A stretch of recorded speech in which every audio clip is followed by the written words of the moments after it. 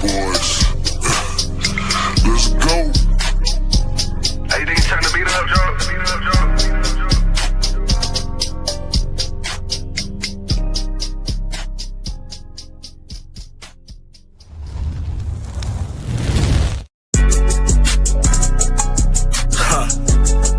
Yeah.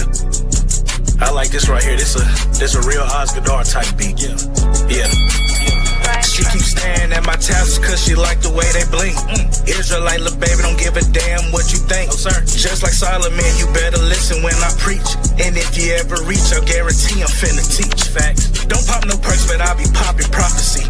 If you don't keep the law, then you can't get next to me. You can't. Future ruler, baby, yeah, that's my destiny. And I'ma let them hate while the Lord keep blessing me. Facts. Don't pop no perks, but I'll be popping prophecy. If you don't keep the law, then you can't get next to me. You can't. Future ruler, baby, yeah, that's my destiny. And I'ma let them hate while the Lord keep blessing me. And I don't fuck with niggas who don't practice what they preach. Can't do it. Most these niggas fake, man, they really just a leech. And if I ever speak, no, I gotta keep it brief. Wisdom come with time, you don't always gotta speak. Believe that. Don't test this doctrine, boy, you know you can't defeat. Nope. Why you in the kitchen if you can never take the heat? If you want the smoke, you can meet me in the street. Get the right to stand bold while the wicked gon' retreat. If you got some questions, I got the answers that you see. And if I see a Christian like for extra, I'ma tweet. You don't do the work because yourself, you really weak. She be quoting verses, but lil' mama still a freak. She keep staring at my tassels cause she like the way they blink. Israelite little baby, don't give a damn what you think. Just like Solomon, you better listen when I preach. And if you ever reach, I'll guarantee I'm finna teach. Don't pop no perks, but I'll be popping prophecy. Yes, if you don't keep the law, then you can't get next to me. Future ruler, baby, yeah, that's my destiny. We up next. And I'ma let them hate while the Lord keep blessing me. Don't pop no perks, but I'll be popping prophecy. Yes, if you don't keep the law, then you can't get next to me. Future ruler, baby, yeah, that's my destiny. We up next. And I'ma let them hate while the Lord keep blessing me.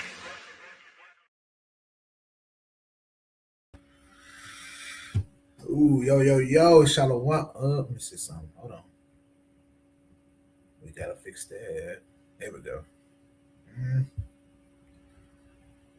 Do it like this. Am I tripping, people? There we go. I'm gonna start it off. Boom. So shalom, people. Right? It's Space City Just Run coming with y'all. We got a lesson coming out. You feel me? You know, the Son of Perdition being revealed, man. Right? We're gonna go through this lesson, right? Got a lot in store for us, or like a lot in store for y'all coming out tonight. There's some key information, some spiritual information, powerful information being brought out, because we have to be the watchmen for our people, right? That's what we're called to do. Let me see something. Through the spirit and power of Yahweh Shem Shah, right? Let me see something. I'm trying to get mine. There we go. So boom, I'm gonna bring up Micah Allah, right? I'm tripping. So boom, right? When we read the scriptures, right, we see something about the son of perdition, right? A sinful man, right? When you look into the world today, what's going on? Let me see. I'm gonna bring this back down before we start. When we look in the scriptures, right, of what's going on in today's time, where you got these Epstein files coming out. You understand what I'm saying? You got these wars and rumors, of wars, man. We almost about this thing, right? So we have to stay locked in, get right with the Most High God. You understand what I'm saying? And really get our spirits right? But start it off, right? We're gonna go to 2 Thessalonians chapter 2. Let me see. Mike Allah, you can start at the top, and we're gonna read down to 3. Book of 2 Thessalonians 2 and verse number 1. Now we beseech you, brethren, by the coming of our Lord Hamashiach Yahushua, and by our gathering together unto him. See, so when you start thinking about Paul, right? Paul is writing this letter, right? He's really giving an end time breakdown for the most part. He's giving a summary of what's going to be happening in that end time. Keep going.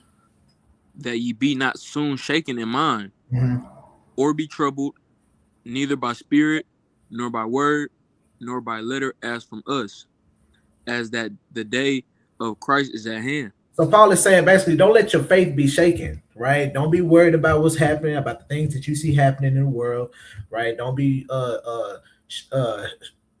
don't be shooken up by hearsay, right? Don't be shooken up about just things that you hear. Be steadfast in your faith. Keep going. Let no man deceive you by any means, Mhm.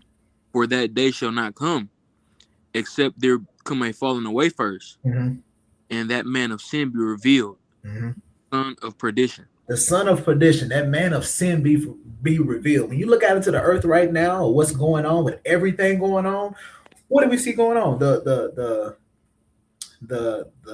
devil that the Bible speak of, which is the so-called white man or the Caucasian man, otherwise known in the Bible as Edomites, the Esau, right?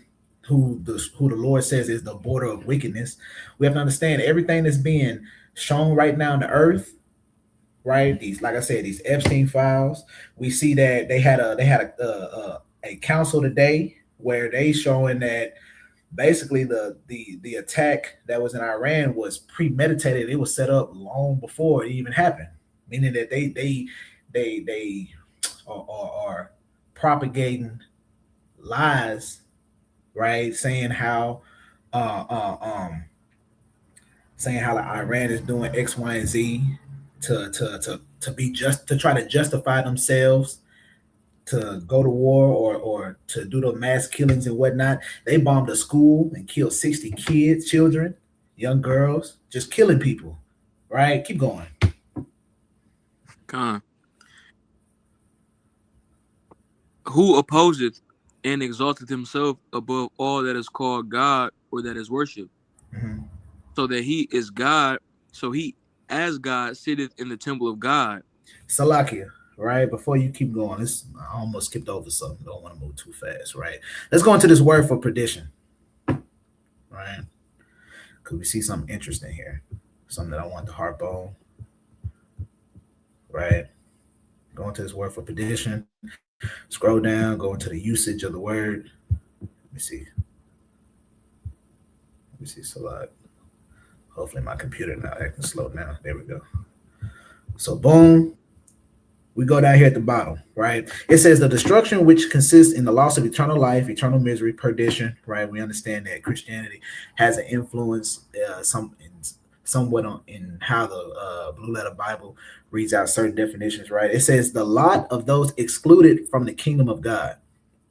That's interesting and that's key when you think about it, right? We keep going into the definition. It says a man doomed to eternal misery. That's interesting, right? I'm gonna go to a precept. I didn't have this. I didn't have this written down, but I should have. Let me see. Malachi 1, right? Let's read this. Let's read this, Michael. Where we at? Where we at? Where we at? You know what? Yeah, let's read this. Start at the top. Let's start at verse 2. Malachi 1 and 2. I love you, saith the Lord. Yet ye say, wherein hast thou loved us?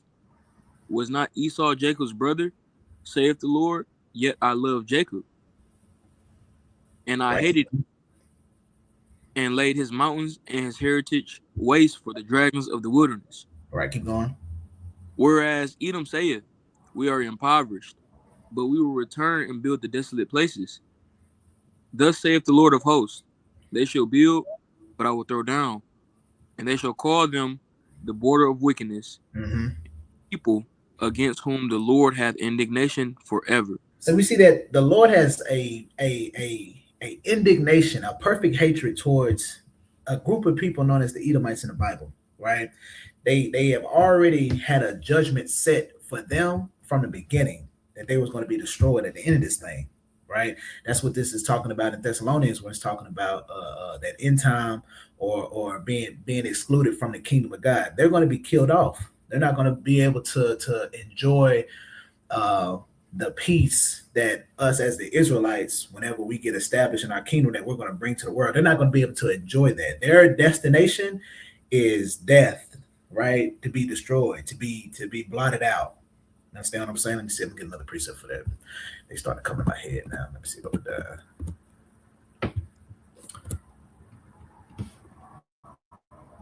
Uh-oh. Let me see. Oh, yeah. Am I spelling Obadiah wrong? No way. OBA. OBA. It's a lot. Wow.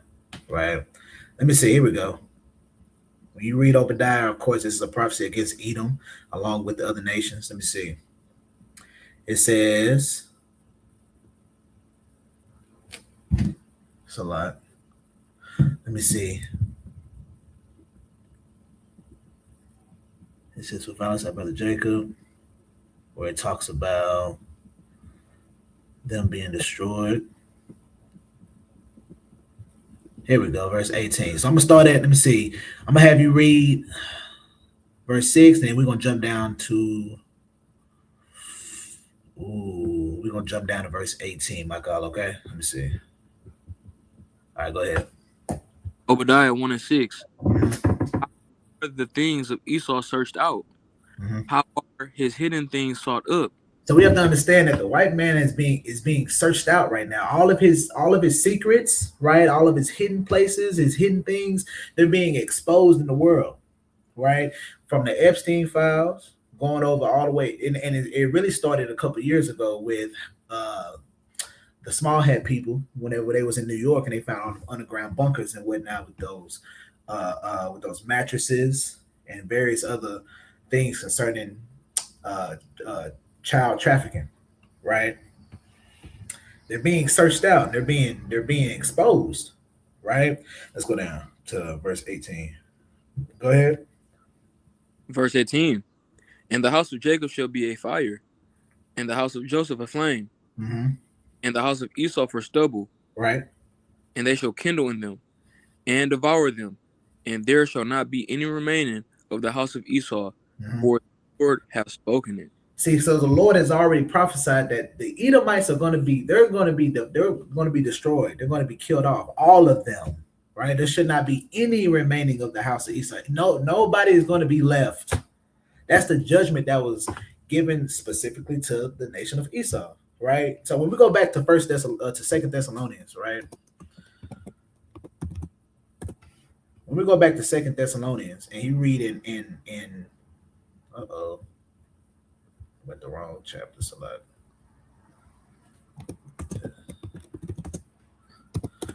Second Thessalonians 2 and verse 3. It says that that man of sin be revealed, the son of perdition, the son of destruction, or the son of he that is to be destroyed. It is already written from the beginning that this nation of people was set to be destroyed.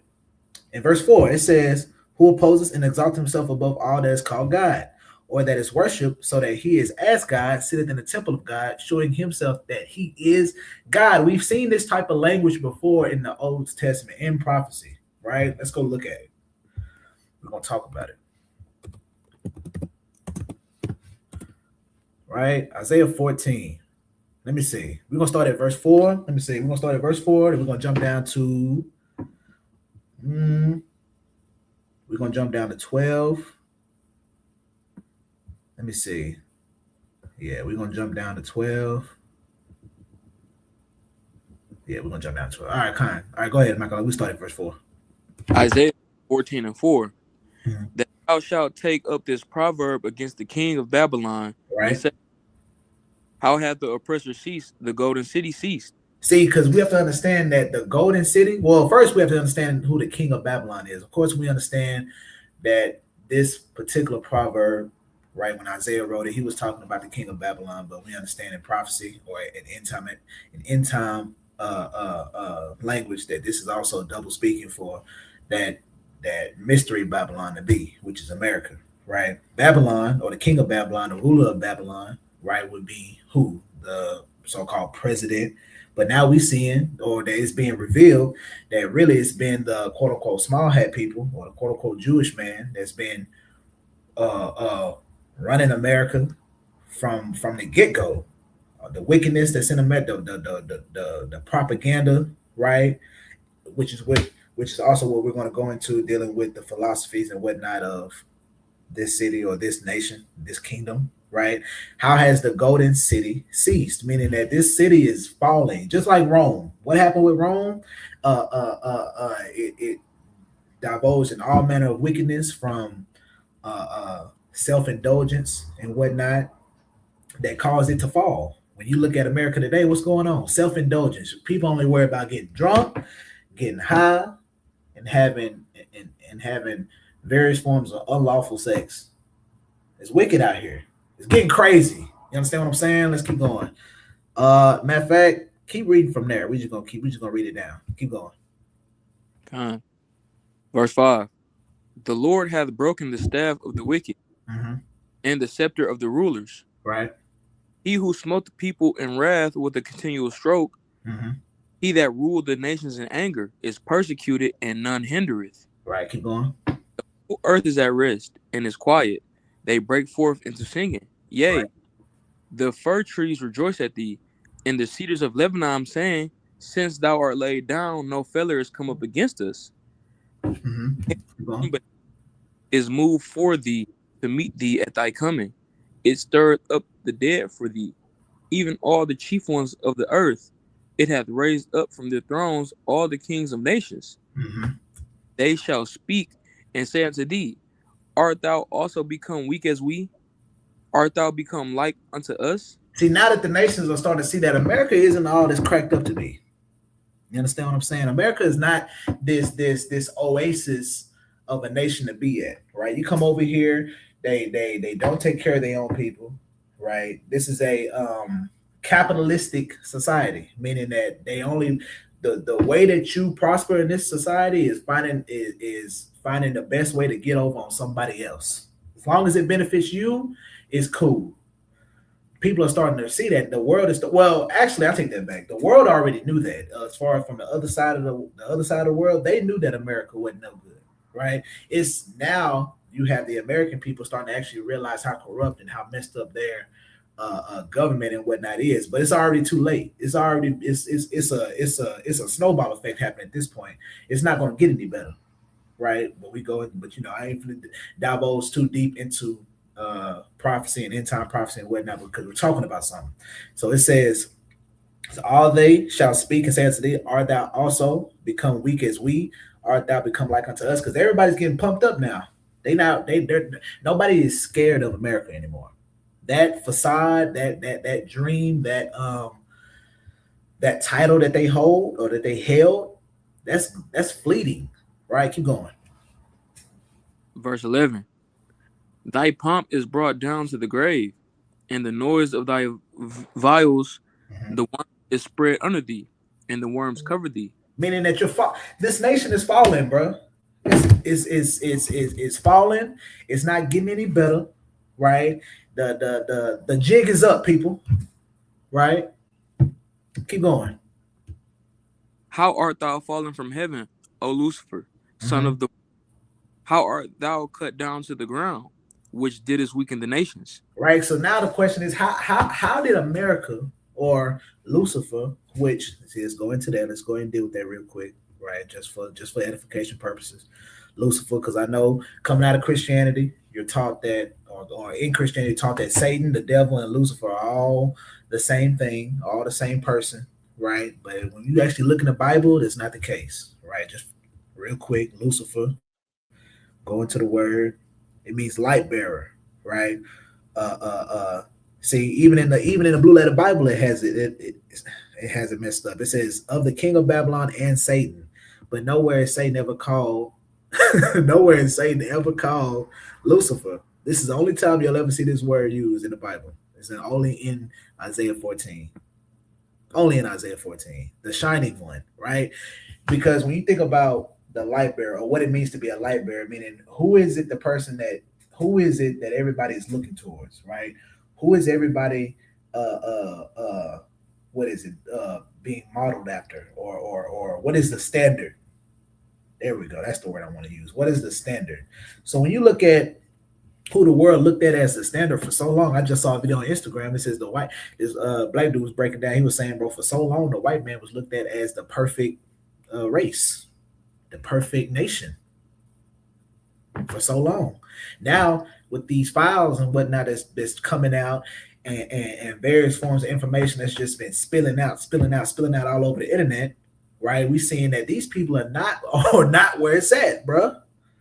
They are the basis of men. They are the the lowest of the low. They're not even worth emulating. Because look at all the officials, all the elected officials, all the high ranking people. I mean, when you look at what they are, actually, they're just I ain't trying to get our YouTube, struck down and nothing like that. But they messing with little kids, and they worship Satan. That's why you see on the video on Instagram now that it's going viral that Iran was burning a statue of Baal, and the small hat people, they took offense to that. Why? If you don't, hold on, wait a minute.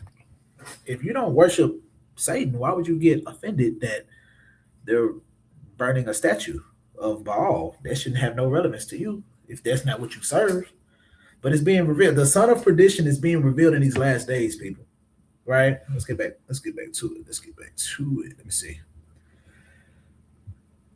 Keep going. Con. Verse number 14. Mm-hmm. No, 13. Salakia. For thou hast said in thine heart, I will ascend into heaven, exalt my throne above the stars of God. I will sit also upon the mount of the congregation in the sides of the north. We see this same type of language. This was the same language that we see in 2 Thessalonians 2, where it said that son of perdition, that sinful person, that sinful man, will look to see himself as God and sit in the temple of God, right? Because when you go into, we're gonna divulge for a little bit. Let me see. I think this is all I want to this is all I want to get from there anyway. We're gonna divulge for a little bit, come back to actually let's go to Revelations. Right. Revelations 13. This is just interesting, right? Not to get too deep into prophecy and whatnot. So let me see. So when you get into dealing with what this nation propagates, right? They look to make themselves as God, to try to even go as far as explaining the things that God has done, i.e. creation, right? That's why they came up with the evolutionary theory, thinking that we came from, first it was we evolved from primates, right? Or first it was we evolved from bacteria for over millions of years. Then they say that we came from monkeys, but yet we have yet to see any ape, any primate in the middle of a transition to becoming a quote unquote a Homo sapien or a they say that first they said that black people came from Neanderthals, but when they found out that they were the only people that had Neanderthal DNA, they stopped wanting to look at Neanderthals as being being just idiots or being stupid people. They wanted to say, oh well, the Neanderthals were the one that found fire. I'm like, see, look, you know what I'm saying? It's propaganda, right? Let's get this. Let me see. We can start at Revelations 13 and 4. Let's start at 4. We're gonna read down to 6. Revelation 13 and 4. Worship the dragon which gave power unto the beast. Yep. And they worshiped the beast, saying, Who was the beast? Who was able to make war with him? There was given unto him a mouth speaking great things and blasphemies. Power was given unto him to continue 42 months. So these great things and these blasphemies, right? That goes into the ideologies, the philosophies, and the sciences of Rome, right? That's really all where it comes back from. They emulate the image of Rome, or the image or the Renaissance period, right? That's when white people came back into power. That's when the so-called Caucasian man came back into power, right? They emulate, or that is the philosophy. That is the blasphemies and the great things that this beast, who is America, right, is speaking. The dragon being Rome, the beast being who the world knows as America today, right? Meaning that power that was given to the beast, well, that was the influences, the ideologies, the sciences, and whatnot, the art of Rome. That's why everything, when you look, just to put it on a base level, when you look out into the world, when you go to a bank, right, what do they have? Columns, right? What are these columns? Uh, where do they get the inspiration of the columns from? Or like from how they even build the courts, right? The Supreme Court. That's from Rome. These ideologies and whatnot. So basically, all this is saying, I'm saying all that to say, right? When America pushes these, how they propagate their image is through their ideologies, right? Their philosophies. Do as thou wilt, right? YOLO. Uh, um, they propagate same sex lifestyles or same sex marriage lifestyles and whatnot, homosexuality, right? Same thing Rome did. When you think about Rome and how they uh, going all the way into celebrating their feast days or holidays and whatnot, every holiday, almost every holiday that you go into in history, dealt with them either getting drunk, having orgies or having sex, and partying. That's Saturnalia. That's Bacchanalia, Feast of Bacchus for my people in New Orleans. That's Mardi Gras. I know y'all just got through celebrating that. Y'all people need to repent, right? That's all that. So keep going back out. We can go to verse 6. God. And he opened his mouth in blasphemy against God, Mm-hmm. blasphemed his name and his tabernacle, Mm-hmm. and then dwell in heaven. Because what did they do? They made themselves. They got to the point to where they made themselves, and they what is it called? I call it replacement theology. They have taken our name, or they have blasphemed God, blasphemed His name and His tabernacle, right? His people. They blasphemed His people by doing what? Taking their name and making us a reproach, right? Making us the laughing stock of the world, a spectacle into the world, and want to call themselves the children of God. But when you look at what they got going on over there, is what? It's nothing but just wickedness. Wickedness to the highest degree. Over 60% of them don't even believe in God. How is that? How are you going to be the people of God and you don't even believe in a very in a very entity? You don't believe in the very power that even gave y'all the authority to be, or quote unquote gave y'all the authority to be who y'all are. How does that work? Right? And he opened his mouth in blasphemy against God, to blaspheme His name and His tabernacle that dwell in heaven. So he's just blaspheming and just lying on the true children of God, being blacks, Hispanics, and Native Americans. And he's lying, calling himself a child of God when he knows he's anything but. They know that though. They know that. Let's get back to 2 Thessalonians, right? I should put 2 Thessalonians 2. I don't know why I keep doing that. It's a lot. All that my stuff.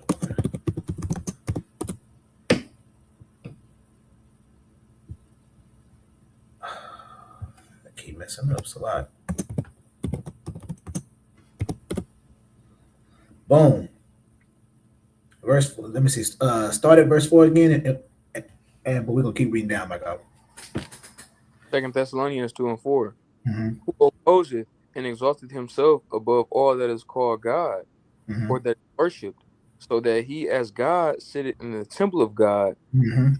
himself that he is God. Keep going. Remember ye not that when I was yet with you, I told you these things? Mm-hmm. For ye know that, Salakia, and now ye know what withholdeth that he might be revealed in his time. In His time, right? His time, the time where this kingdom is falling, and the resurrection of, or the revealing of Christ and the coming of the kingdom of God is now, people. When you look at what's going on in the world, World War III has to happen. It has to. These things must happen. Let's get that whenever Yahushua said that. Wars and rumors of wars. Let me see. Make sure I'm not spelling. The King James version, they got different.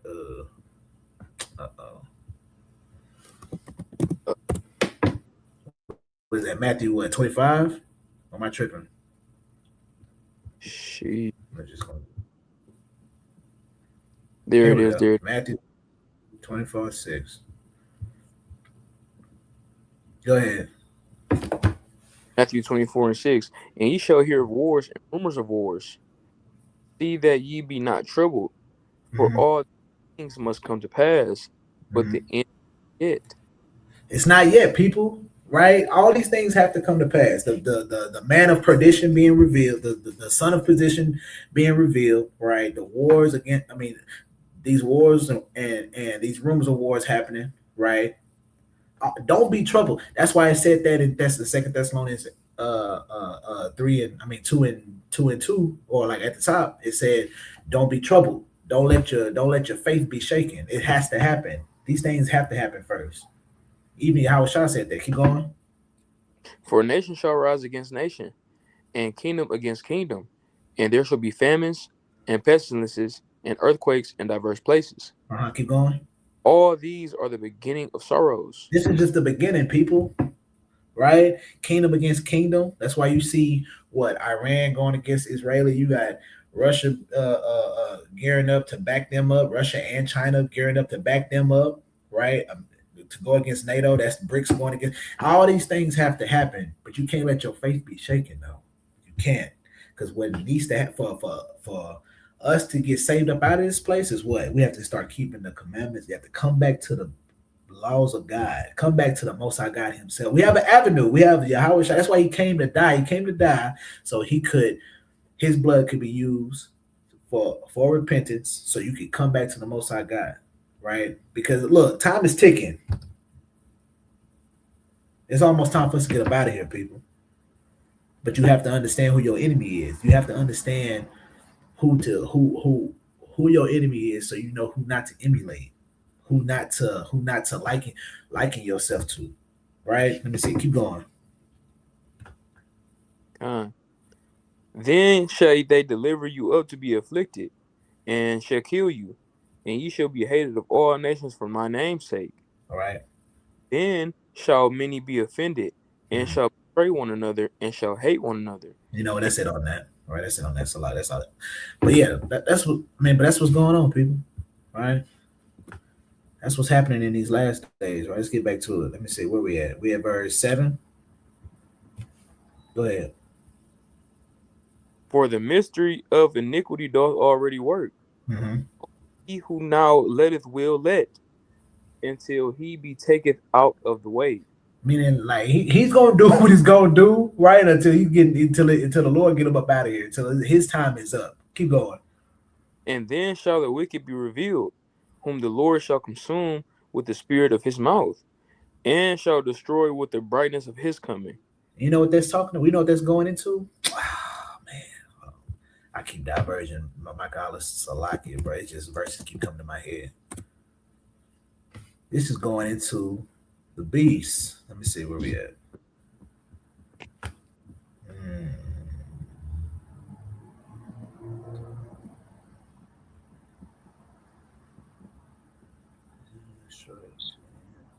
Let's start at verse. Ooh.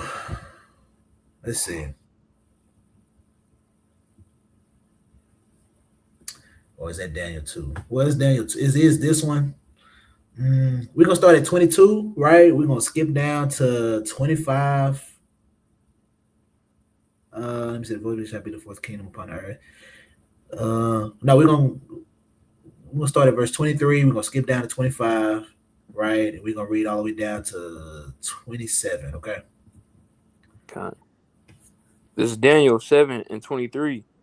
Thus said, the fourth beast shall be the fourth kingdom upon earth, shall be diverse from all kingdoms, and shall devour the whole earth, and shall tread it down and break it in pieces. All right, this is going into the fourth beast, which is going into the latter half of the statue that Daniel broke down in chapter 2, right? because at this point Daniel's talking about the same kingdom that's at the feet. So when you read about the iron mixed with miry clay, right, that's talking about the Greco-Roman Empire and going into that final empire being America, right? Keep going. Let's see. Let's get down to verse 25. And he shall speak great words against the Most High, Mm-hmm. wear out the saints of the Most High, Mm-hmm. and times and laws, and they shall be given into his hand until a time and times and the dividing of time. It says he shall speak great words against the Most High. That's what we just seen in Second Thessalonians, dealing with how he's going to view himself. We read that in Isaiah 14, saying how he speaks against the Most High and looks to set himself up in the tabernacle of God. We read that also in Revelation 13. This is all talking about the same people. This is all talking about the same kingdom, the same person, right? That's that same wicked man being revealed. We see who is being revealed right now, people. You got to open your eyes. You got to take the lens, take the film off your eyes, right, and really look at what's going on. Okay, that man is being revealed. Keep going. But the judgment shall sit, and they shall take away his dominion, to consume and to destroy it unto the end. Keep going. The kingdom and dominion, and the greatness of the kingdom under the whole heaven, shall be given to the people of the saints of the Most High, whose kingdom is an everlasting kingdom, and all dominion shall serve and obey him. Because that's what that's talking about in Thessalonians, right? When the Lord is coming back and to take that man away, it's coming back to destroy this kingdom, man, and destroy all the kingdoms. But like I said, this ain't what I'm saying, this video ain't this live isn't necessarily about breaking down an end time prophecy, right? But just know that in prophecy, Christ is going to come back. He's going to make war with the nations, right? And he's going to subdue, and he's going to cause all nations to bow down to him and serve him. But he's coming to take away a people first. He's coming to specifically take away a particular group of people. That's the Edomites, right? Let me see where we at. Let me get back to Second Thessalonians. And Michael said, like, if you have any precepts or whatnot to bring out, you can bring them out. Let me see where we at. Verse 9. Even him whose coming is after the working of Satan, with all power and signs and lying wonders, and with all deceivableness of unrighteousness in them that perish, because they received not the love of the truth, that they might be saved. Right. So, right, basically, this is Paul going to basically saying, man, listen, these people rejected God. They have the workings of Satan, right? And we see that going on with the pride parades, which is, you got Pride Month coming up in a couple of months. You got what else? You got the child trafficking. You have them eating kids and whatnot, them worshiping Satan. All these things they have. This is their time that the Lord is using to have them be revealed. That's why verse 11 says, "For this cause God shall send them strong delusion that they should believe a lie." The Lord is. You can't make straight that the things that the Lord has made crooked. These people are made to be destroyed, right? Let me see. I'm gonna come back to the StreamYard. It's a lot. Where we at? Come back to the StreamYard. These people are made to be destroyed. You have to understand that, right? Where we at? It's a lot. Yeah, these people are made to be destroyed. The son of perdition is being revealed in these last days, right?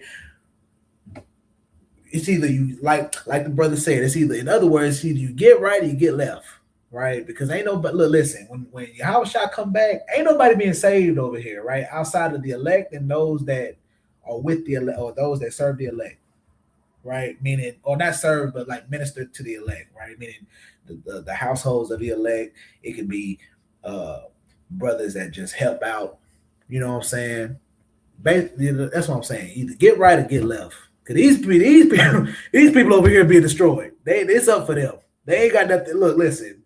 There is no saving so-called the so-called white man over here. He's done. Right? It's over with. All that is done. Okay? His wickedness is being revealed. You know what? I'm gonna get another verse. I'm gonna get another one. Tell y'all quiet, get on. Let me see. Is he here yet? Am I tripping? He's not ready yet. Okay, cool. It don't matter. Let's get another verse, my God. Let's get into it. Let's see. Revelations 18. Let me see.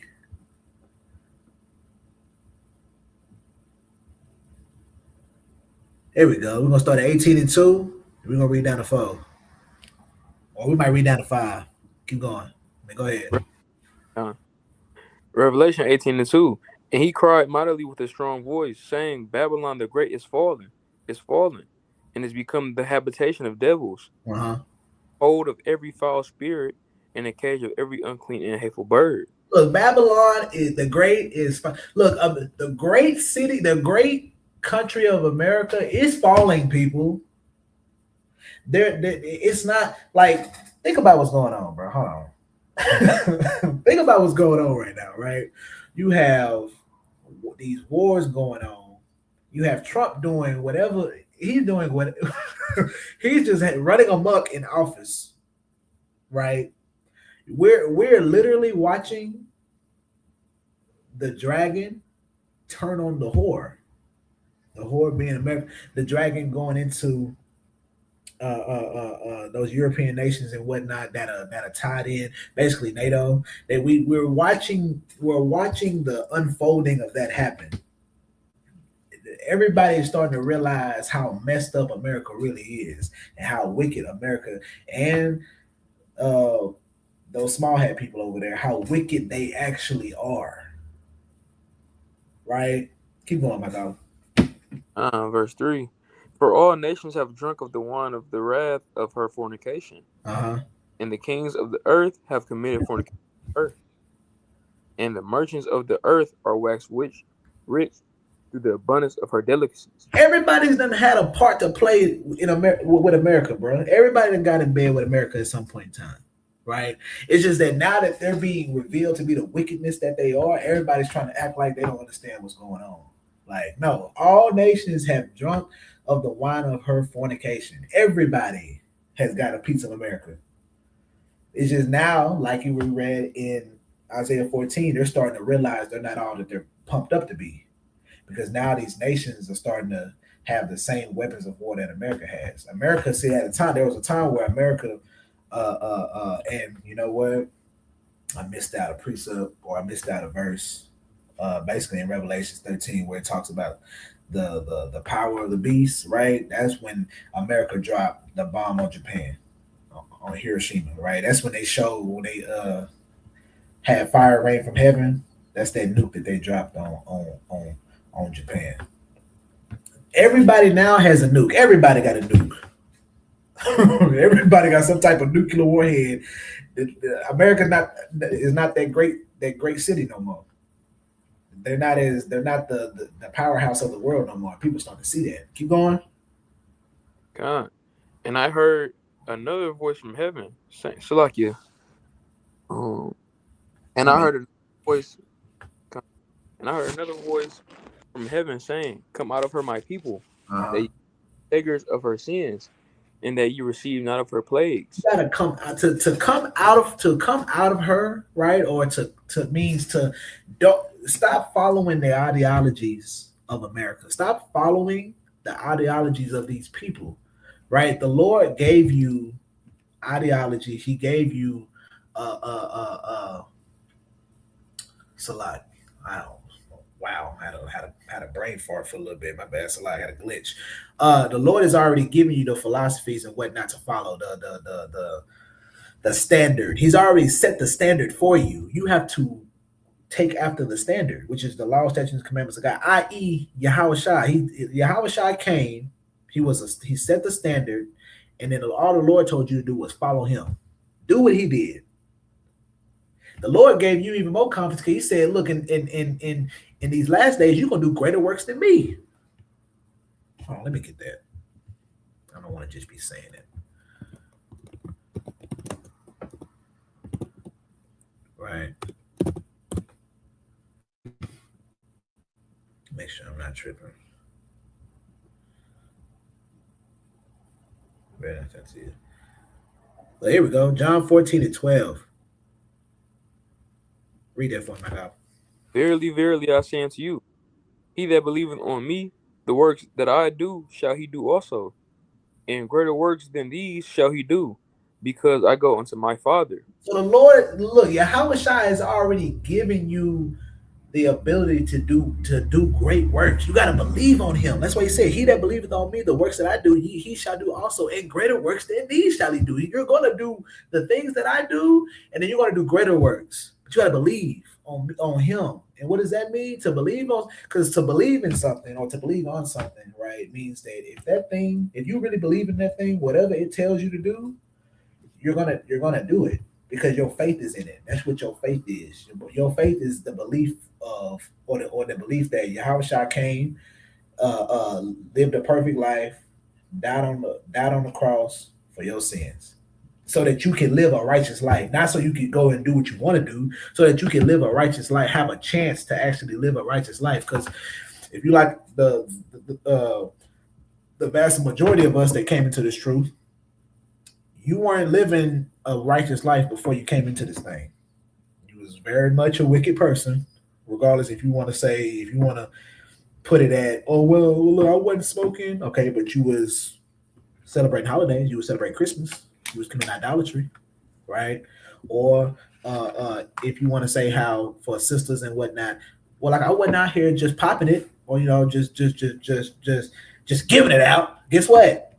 Were you celebrating the holidays? Were you smoking? Were you keeping the Sabbath? Were you keeping the commandments in general? No. Were you eating? Yeah, so I thought you was going to living room. Oh, my bad. So like my tripping.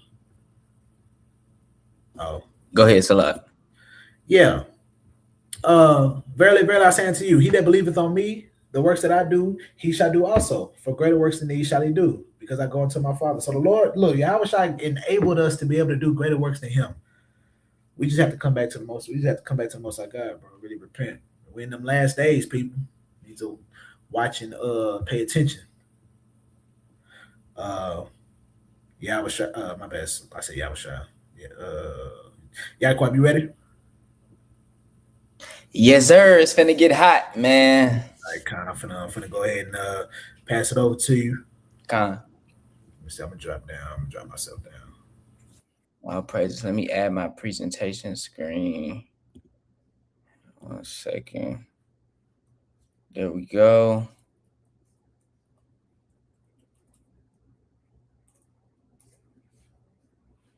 Okay. Wait, I'm gonna go into it.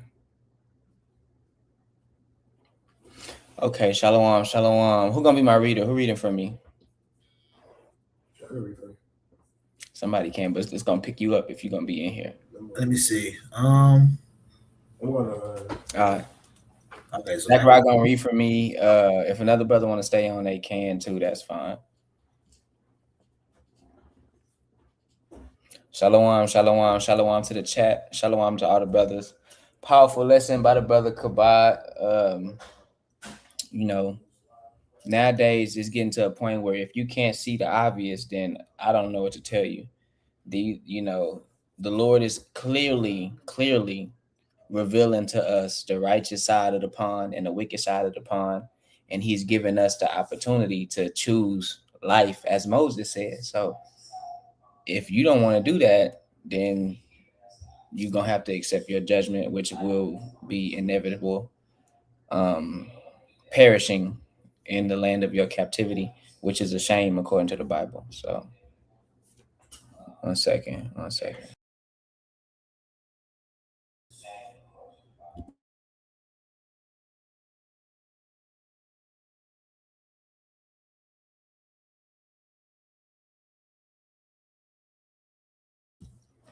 Yeah, Salakia. So yeah, great lesson. It's so powerful. I be so happy when I watch brothers do the work and they teach the commandments of God and they put their brick in. Because it's a lot of brothers who got a lot to say, but don't never do no work. You know what I mean? It's a lot of brothers who make excuses about why they don't do the work. And I understand that holding camp and teaching is not for everybody. We understand that, and we just be happy for brothers to keep the commandments. But if you respectfully, if you're not somebody that's risking it all, risking it for the biscuit, then you should probably stay in your lane, right? And let the teachers teach, and then you could be a student and learn. But when you convolute the two, that's when conflict and strife comes into the ministry. All right. So yeah, let me present this real quick. Let me add this to the stage. And y'all let me know if it's looking correct. That's correct. Okay, let me put it in the play option. I didn't want it to look like that though.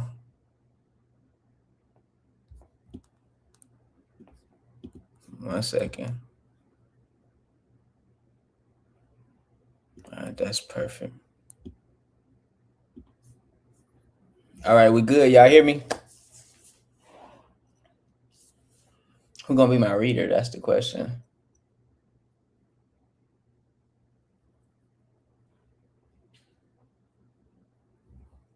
Who's that? That's Zechariah? I can't hear nothing. This Mike Collar. Okay, bet. Okay, so going into the lesson, like Kabal went into, right? The Lord is exposing the witchcraft and the demon demology, if you will, of what's going on in the world today. So a lot of people, when we talk about demons and spirits on the left-hand side and wicked entities, a lot of people think like, oh, they conspiracy theories, they bugged out. But this is a real thing. And, you know, the man of perdition is showing who his God is. Now, the good thing for those who have understanding, you can say, well, if the devil is real, then that must mean that the Most High God is real, which he is, right? In fact, the devil works for God. But the point that we're getting into is that these nations literally worship Satan, right? They worship the devil. They worship spiritual entities on the left-hand side that does the bidding of the Lord. Now, yes, these demons, once again, they work for the Most High. Nevertheless, they work wickedness through the actions of their favorite people. Just like God has a favorite people, the devil has a favorite people, right? Quote unquote. So we're going to get into it. Now, as you can see from the title, it says, behold the power given to Satan, right? We're going to be going into demonic knowledge, the occult witchcraft used for money, wealth, and power, right? Which you will see the Baphomet standing right to the next, or the picture of the Baphomet right to the next. And this is a deity or imagery of a deity in whom they worship, right? Okay. Slide 2 says, how did Europeans attain so much wealth, power, and fame if they were known to be base men of the earth? And that's such a true statement, because anybody who understands history would know that, yes, Europeans had somewhat of a structure in Petra, but they were plagued with a rise and a fall situation, just like ours were, right? When we came into rulership, their rulership or their power structure was toppled. And whenever we sinned against the Most High God, they came back into power and our rulership was toppled, because we are literally the righteous twin brother and they are literally the evil twin brother. Our destruction and their empowerment is synonymous, and vice versa. Okay. It says, within this presentation, we hope to inform our audience of the sinister path to rulership taken by modern and ancient Europeans. And we're going to get into that. All right. Somebody get me Ephesians 6. Salakia, Go ahead. real quick, press play Yaquab on your PowerPoint, and you don't have to worry about being seen, because it's going. There you go. There you go. Okay, let's get it. Somebody give me Ephesians 6 and 10. Con. Go ahead, Zachariah. 6 and 10 through 13. So this is the book of Ephesians, chapter 6, starting at verse 10. And it says, finally, my brethren, be strong in the Lord and in the power of his might. Put on the whole armor of God, that ye may be able to stand against the wiles of the devil. For we wrestle not against flesh and blood, but against principalities, against powers, against the rulers of darkness of this world, against spiritual. Keep going. Against spiritual wickedness in high places. Exactly. And the point of that is to show you that, you know, as human beings, we look at everything from such a three-dimensional level, but there's things going on in this world that the Lord have blinded us from seeing. You know, when you do certain things, there are spirits attached to those actions. When you watch certain material, when you commit certain acts in this world, there are spirits that are attached to these things, right? That's why you could be programmed via the media that you consume, the music you consume, because it's energy within everything. So the moment we stop looking at this battle on a physical carnal level and we start realizing that we are performing mighty spiritual acts in the world, the more in tune or in the spirit you will actually move. Now, somebody give me Malachi 1:4, please.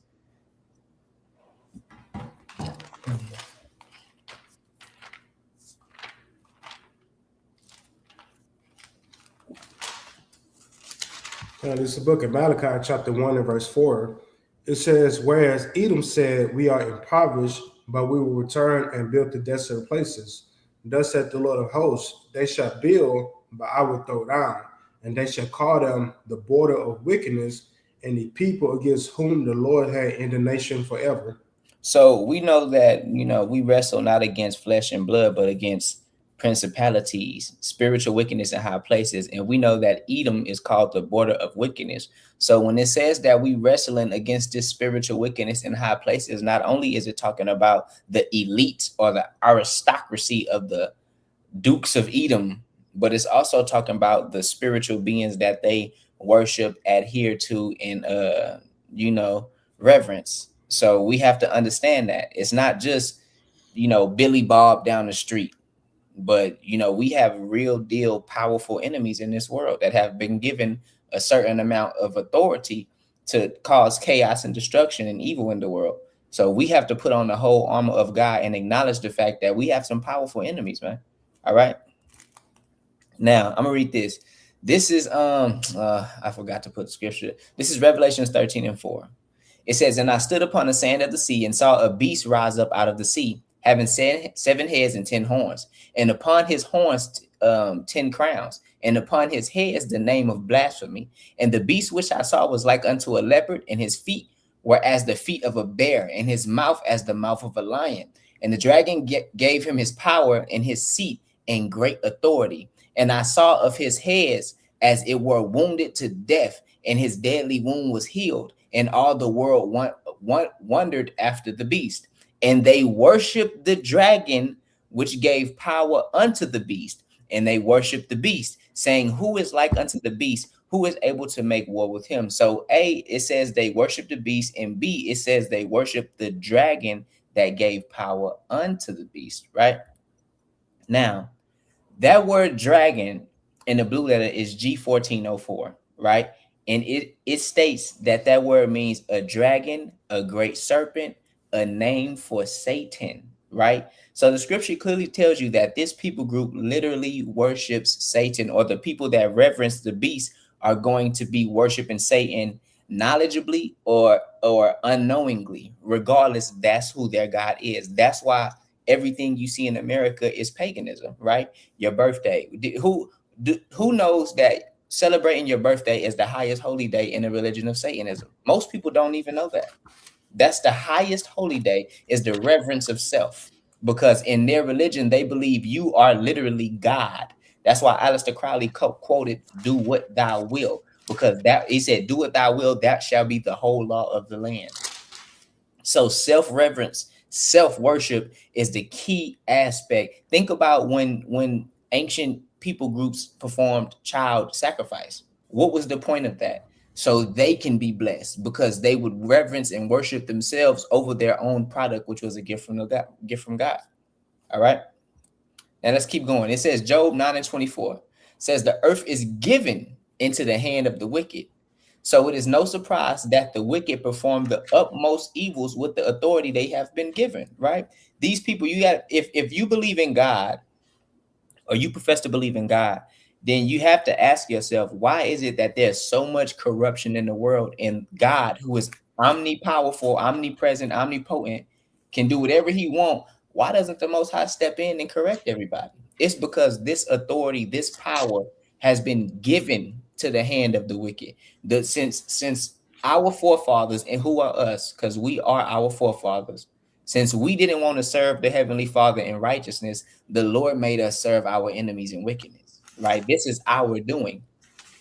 But the Bible literally tells you that the world is given over into evil, darkness, and chaos. So we have to understand that. All right. Now, Zechariah, can you give me John 12 and 31 in the NLT? God.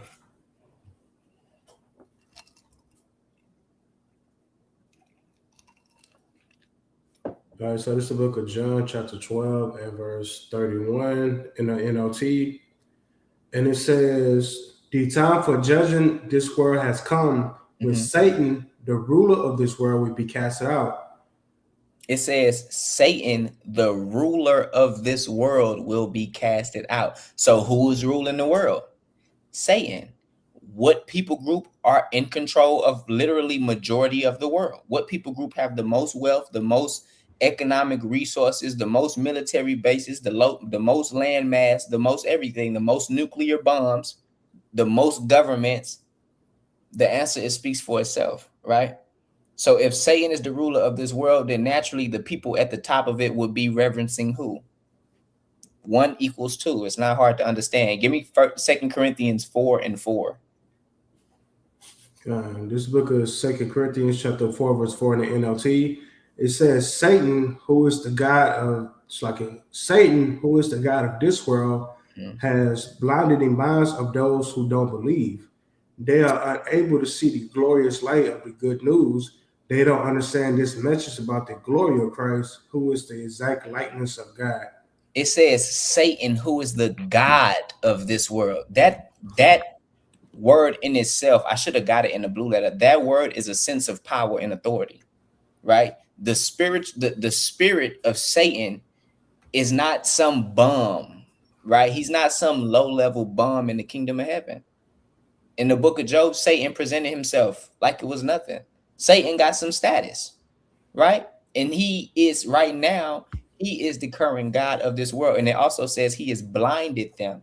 Why? Because everybody is worshiping the people group that actually worship Satan. And then you'll say, okay, Yaquab, we don't worship that people. We don't worship those people. But you do, because your angels look like him, and your Messiah looks like him, and your God looks like him, and everything righteous looks like him. No other nation, you don't go to Asia and Asia has a white man, a Asian man doesn't worship a Buddha that looks like a European. An Indian man doesn't worship a Vishnu that looks like a European, right? An African, I'm kind of bugged out, but you get what I'm saying. The Arab man don't worship Allah that look like a European.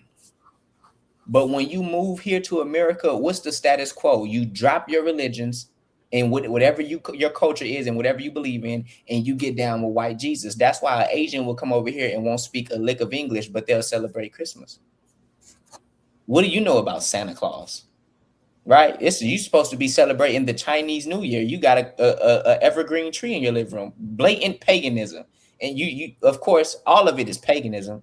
But the point is that they give up their God and they come here and they embrace the God of America, which is Satan. All right. Give me Ephesians 2 and 2, please. The book of Ephesians chapter 2 and verse 2. And it says, you used to live in sin just like the rest of the world, obeying the devil. Oh, doing what? Obeying the devil. And that's why Satan is the God of this world, because that's who everybody obey, the devil. That's why everything is so carnal. Nobody has a spiritual sense of right and wrong. The law of the land is do what thou wilt. If you feeling, built up, go do whatever you got to do to get rid of that pressure. What he said, I got some pressure built up. You heard me? If you feeling like you want to get high, go get high. If you want to hit the strip club, go hit the strip club. If you want to drink yourself to death, then damn it, if you got the money, get it done. That is the following in the blatant worship of Satan. The only thing that separates an animal from mankind is that an animal is going to fulfill any lust he has. And us as men, we have the cognitive ability to understand that everything that feels good or everything that's good to us isn't good for us spiritually and physically. Okay. Is that it on that? It's like it says, you used to live in sin just like the rest of the world, obeying the devil, the commander of the powers in the unseen world. The commander. Remember when I said Satan is not some bum in the kingdom. Satan got some status. It says the commander of the powers in the unseen world. right? So yes, we are fighting against evil, but that the source of that wickedness is coming from the Most High, because we are the ones who failed to establish righteousness in this world. Okay, now give me John 8:44. You want that in the KJV or NLT? KJV is fine. Okay. So it's the book of John, chapter 8 and verse 44. It says, ye are all, it's like ye are of your father the devil, and the lust of your father shall ye do. He was a murderer from the beginning, and abode not in the truth, because there's no truth in him. When he speaketh a lie, he speaketh of his own, for he is a liar and the father of it. And that's the point, right? It says, ye are of your father the devil, and the works of your father ye will do. So you got to ask yourself, man, when you, and this go for our people too, right? Not only do these people, the aristocracy of Edom today, the so-called European man, do the works of their father, but if what works are you working in this earth? Are you doing the works of your father, the devil, or are you doing the works of your father, the Most High God? We have to ask ourselves that as Israelites, because we are under heavy influence of Satan every single day.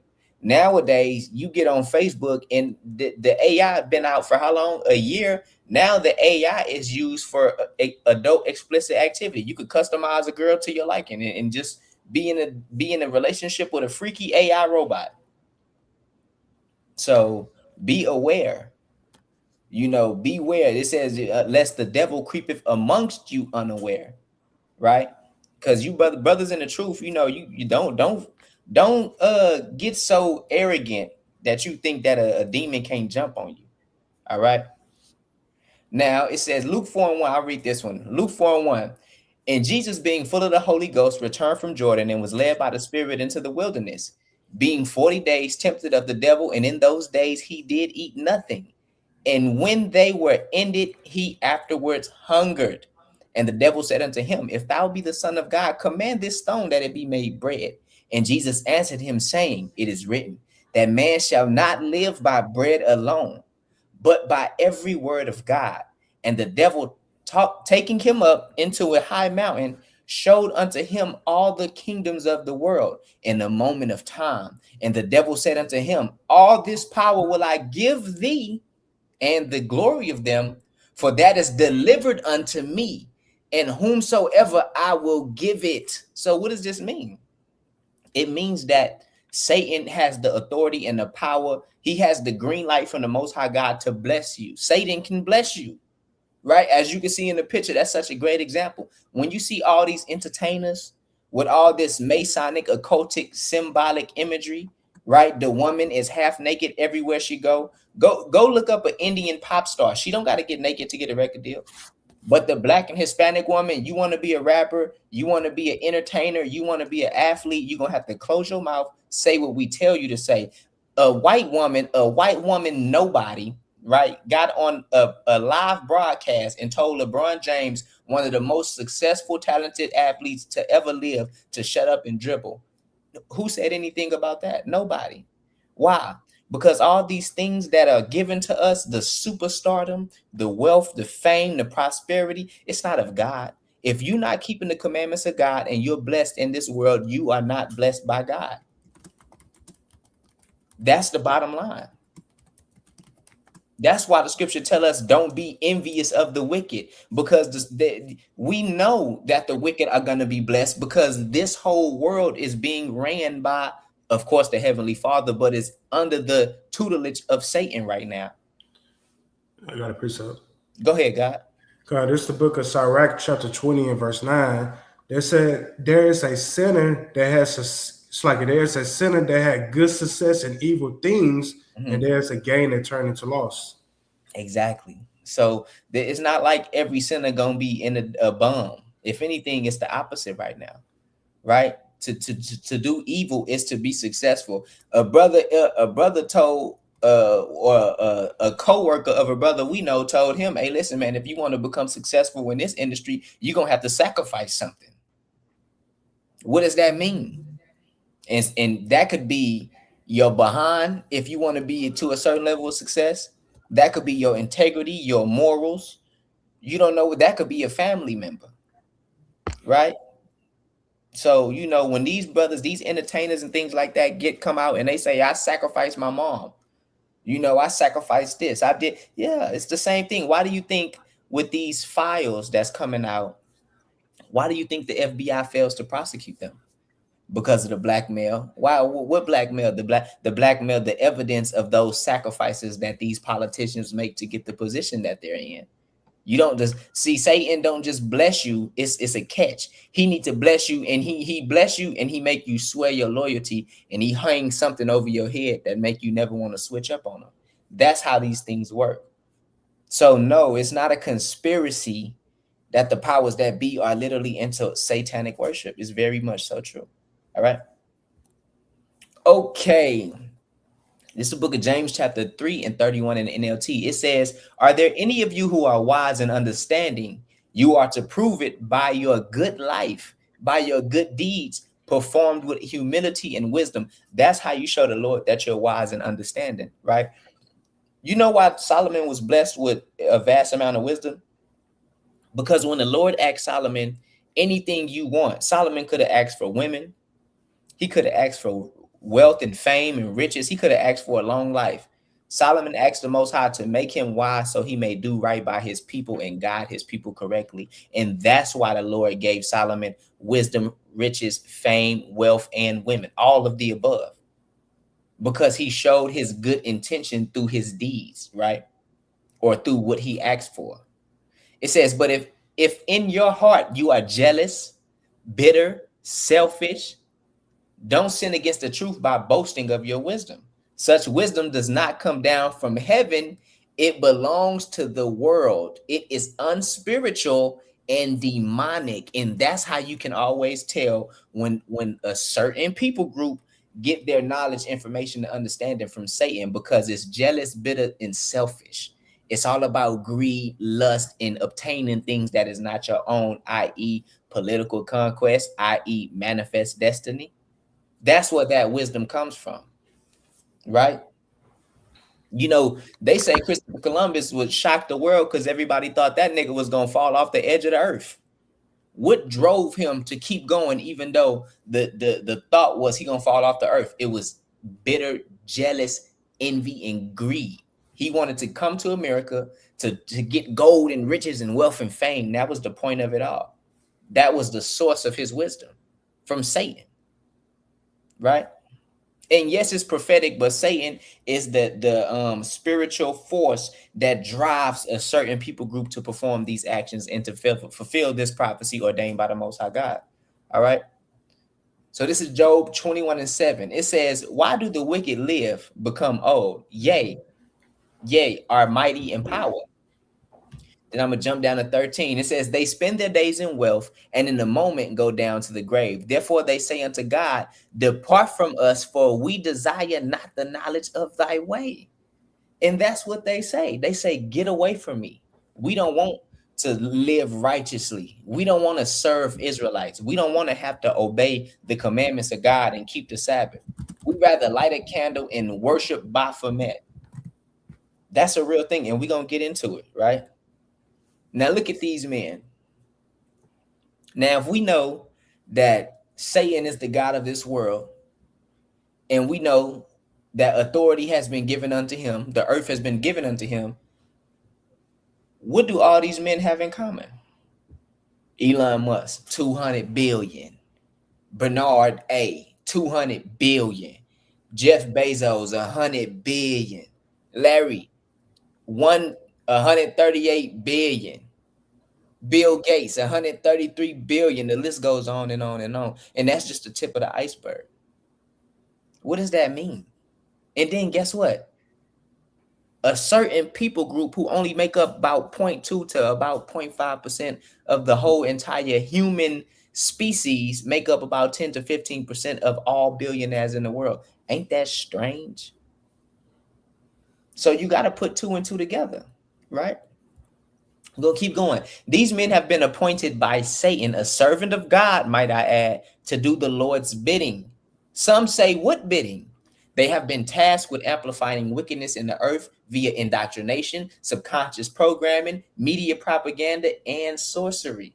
So when you see Bill Gates and these guys at Pfizer or Pfizer working on these vaccines that sterilize black women, that increases your chances to have autism by 25%, you know, that makes you infertile and things of that nature. Yes, the Lord is doing that to this world because this world is evil. You think God is God love this world? Christ told us not to even pray for the world. We are enemies of this world. And we have to keep that in our spirit at all times and understand that we are not of this place. This place is a product of our failure. All right. And there you have it, the aristocracy. And it's the same spirit today, right? Luca's sake, you know, being happy and merry and the finest, the delicacies. And how did they attain all those things? Through your suffering, right? Through your suffering. This is I can't believe I keep forgetting to put my Bible verses.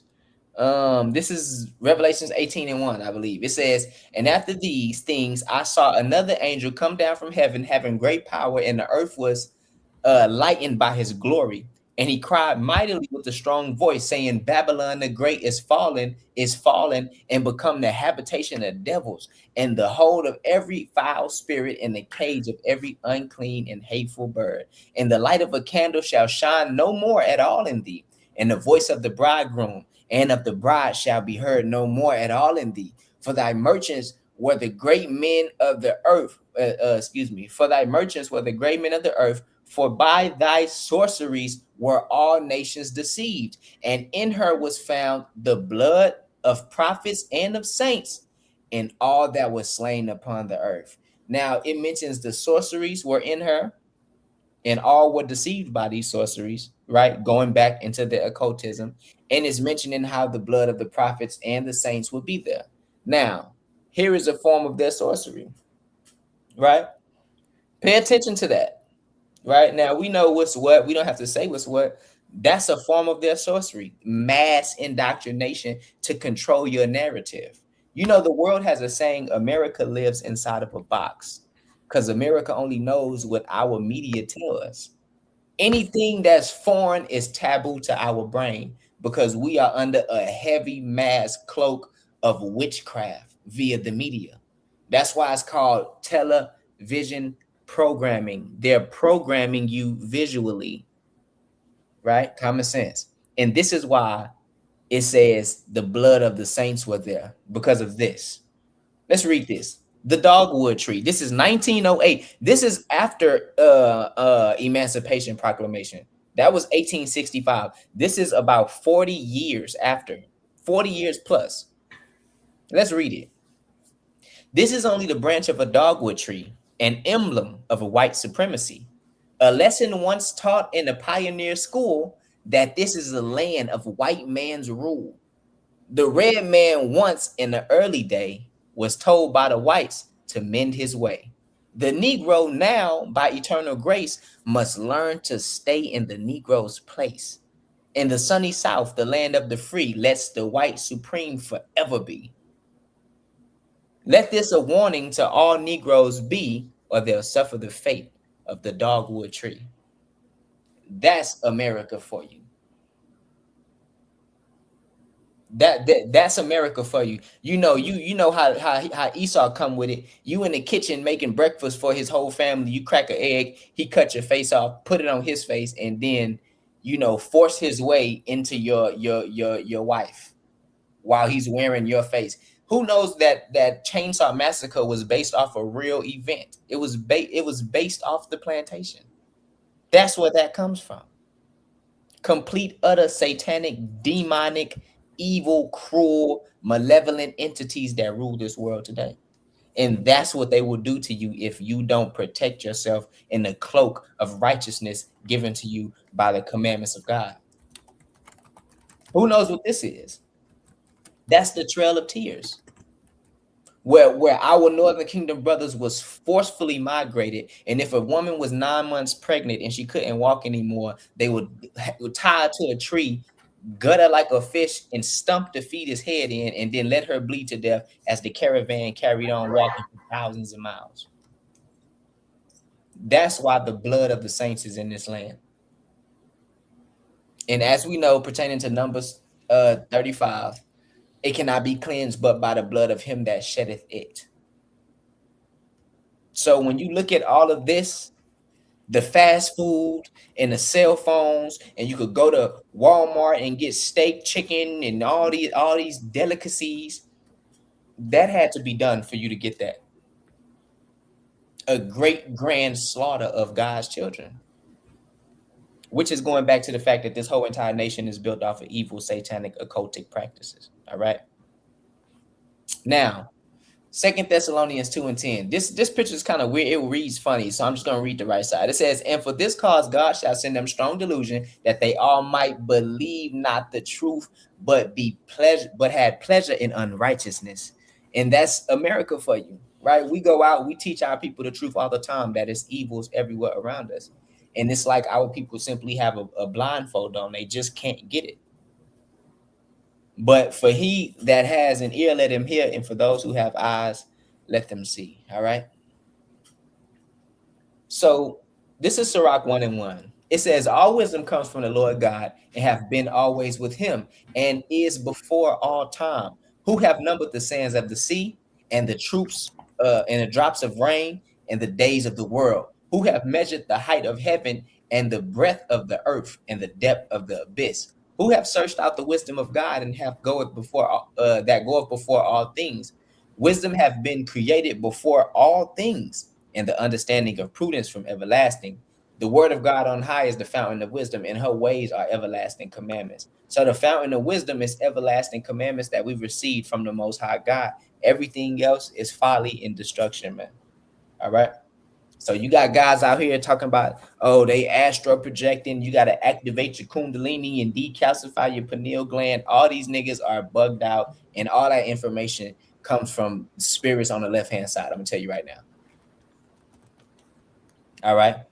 So Job 30 and 1 describes Esau as a base man, and wisdom comes from if we know Job 30 says Esau is a base man, and wisdom comes from keeping the commandments of God, how then does one who is referred to as the border of wickedness attain so much knowledge and technology? It would almost seem as if knowledge come from the Most High and you evil, it would almost seem like, you would be a caveman, as you were. But something changed along history. And that's why European history before Greece is rooted in mysticism, because they don't want you to know the truth about their heritage, right? This, like the brother Kabab brought up, this is what they want you to believe. Esau, he ooga booga with it. You feel me? He go from ooga booga to Skyping you on a laptop, doing a $100,000 transaction while you in Japan, he on the other side of the world talking to you on the phone. You don't find that suspicious? These nations that you see today, Persia, Iran, and the African nations, these nations were sophisticated long before the so-called European man. But for some reason, it just seems as if the European man is so much more technologically advanced. Something ain't adding up, right? Now check this out. This rapid advancement in knowledge is clearly due to a divine intervention of the Most High. This is Job 33 and 12. Now, this is the thing which thou art not justified. I will answer thee that God is greater than man. Dost thou strive against him, because he have not answered thee to all words? God speaketh once and repeateth not the self same thing the second time. By a dream and a vision by night, when deep sleep falleth upon men, and they are sleeping in their beds, then he openeth the ears of men, and teaching instructeth them in what they are to learn. Now remember this, right? It clearly says that the Lord can open up your ear and teach you something in your dream, right? Or while you're in a dream-like state, a vision, if you will. All right. And this is 1 Kings 22 and 19. And he added and said, hear thou, therefore, the word of the Lord. I saw the Lord sitting on his throne, and all the armies of heaven standing by him on his right hand and on the left. And the Lord said, who shall deceive Achab, king of Israel, that he may go up and fall at Ramoth Gilead? And one spoke words of this manner, and another otherwise. And there came forth the spirit and stood before the Lord and said, I will deceive him. And the Lord said, by what means? So the Lord wanted to hear him out. He said, hey, look, I'm gonna trick him up, put him in a trick bag. And the Lord said, continue, tell me more. You feel me? And he said, I will go forth and be a lying spirit in the mouth of all his prophets. And the Lord said, thou shalt deceive him and shalt prevail and go forth. So the Most High can not only speak to you in what we perceive as dreams, but he can also have spirits deceive and lie to you as well. That's a fact, right? So when brothers be saying, oh, you know, somebody talk to me, hey, listen, man, I ain't gonna say ain't nobody talk to you, but I will say if you ain't keeping the combat, I don't think it was the Lord, my brother. All right. Now, 1 Corinthians 3:19 says, let no man deceive himself. If any man among you seem to be wise in this world, let him become a fool that he may be wise. For the wisdom of this world is foolishness with God, for it is written, I will catch the wise in their own craftiness. Right now, this is an image, the oldest known image of Christ. It has nothing to do with it, but I just thought it wouldn't be right if I didn't put a true depiction of Christ. This is the oldest known depiction of Christ from Cairo, Egypt. All right. But the point of this slide was to say the wisdom of the Lord is the only thing that's valuable. Everything else may make you feel and look good for a season, but the Lord's wisdom is everlasting, eternal, immortality. Everything else is rooted in wickedness. All right. Which brings us to my point. Jack Parsons, pioneer of American rocketry. All right, let me show you something really quick. Let me escape up out of here.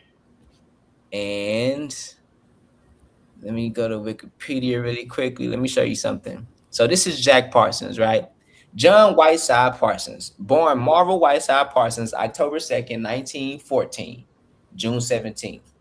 It says he was an American rocket engineer, chemist, a Thelemite occultist. Parsons was one of the principal founders of both the Jet Propulsion Laboratory and Aerojet. He invented the first rocket engineer to use a castable composite rocket propellant. It says, and pioneered the advancement of both liquid fuel and solid fuel rockets. Now, notice it says he was a Thelemite occultist. Let's click on that. Let's see what this is about. Thelema, a Western esoteric and occult society and spiritual philosophy and new religious belief founded in the early 1900s by Aleister Crowley. That's interesting. Let's see what he's about. Aleister Crowley was an English occultist, ceremonial magician, poet, novelist, mountaineer, and painter. Founder of the religion of Thelma, identified himself as a prophet entrusted with guiding humanity into the Aeon of Horus in the early 20th century, right? So essentially, if you keep going down, what you'll find out is that guy was a straight Satanist, right? That's what he was about. How I get back to my PowerPoint? 1 second, y'all. 1 second. Oh, wrong thing. Bruh. I think you just had it. Nah, it's behind my screen. Hold on. There we go. Yeah, so this guy was the pioneer of rocketry. He created a combustible physical fuel for propelling a rocket, right? And he was a self-professed Thelemite or Thelemite, however you want to follow it, which is a religion made by Aleister Crowley, who we know was at one point the grand wizard of the Church of Satan. You could literally look it up. I could have read it for you in Wikipedia. I just don't feel like scrambling through all that, right? So, and we're going to use this as an example to show you that these people in positions of power, they all worship Satan. That's where they get their information from. That's why every single new invention that comes out ultimately leads to the destruction of this world. This man thought he was finna do some good and go to the moon. No, sir. What you're doing is you just created a way for your race of people to shoot intercontinental ballistic missiles at each other and blow the whole damn world up, lest the Lord stop him. Right? Let's read more about him. This is the actual book. This is an actual picture of the book I have right now. It's in my bag, right? It's strange. It says Strange Angel by George Pendle, published in 2005. Once again, this book is based on real actual events. It's not fiction. It's based off of real actual events. He was a real person. As you can see, I just looked him up on Wikipedia. This is the first page. It says most and guys, you're gonna have to work with me. I'm skipping through things because the book is so long that it will be hard for me to piece everything together. It'll take me too long. So just walk with me. It says most scientists of any standing leave a clear trail through their work and research, PhDs, published papers, articles, conference attendant, all carefully documented and easily traceable. But Parsons, the man who we're diving into, left little in the way of illumination.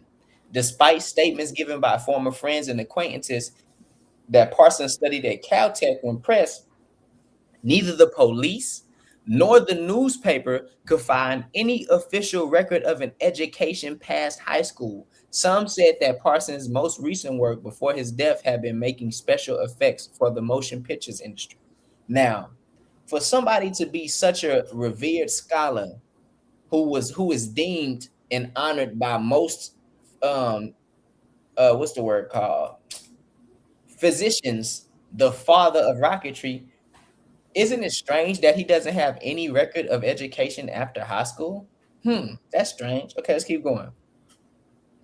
It says Parsons had been investigated by them 10 years earlier following the receipt of an anonymous letter accusing him of perversion and black magic. Although charges of strange culticism were not substantiated, they had been noted. Parsons' house had been investigated in 1944 following a minor fire, in which time the investigated officers found numerous books and pamphlets about mysterious Church of Thelema and spiritual seances. Right? Just walk with me. It says, and I'm hopping from page to page. I didn't include the page because it just wouldn't fit in the screen. So it says the unnamed former member explained that Parsons had been a follower of the teachings of one Aleister Crowley, a British witch doctor, and went on to describe the revels that had taken place at Parsons' home in Pasadena. Lines of robed figures had walked through the ground carrying torches and chanting pagan poems. The score or more of followers were about equally divided as to sexes and included persons of all age and professions, some of them brilliant scientists, right? So that shows you when you think about, when you watch movies and you see these guys in the occult lifestyle and they in these weird seances and enchantments, them aren't bums off the street. Those are your politicians, your mayors, people that city council, lawyers, people that engineers and biologists. That's where all this information comes from. It says it was even said that a pregnant woman had disrobed and leapt several times through sacred fire to ensure safe delivery of her child, a well-known biblical practice. Not biblical, but it's recorded in the Bible. So these people are worshiping Baal, and Satan, and they have ancient pagan gods, the same gods of old that our God completely humiliated all throughout the Bible. But that's who they are worshiping. This is one person, but we're using him. We're putting a magnifying glass on him to show you these brilliant minds and these elites within your American society. They all worship the same gods. They all worship paganistic, satanic gods, right? Now watch this. One man described himself as a tongue-in-cheek, says, where I'm at, where I want to go. I'm gonna skip that. Okay, this says Jack Parsons spent almost all of his childhood surrounded by prodigious wealth. Boy, that word kind of took me out for a minute.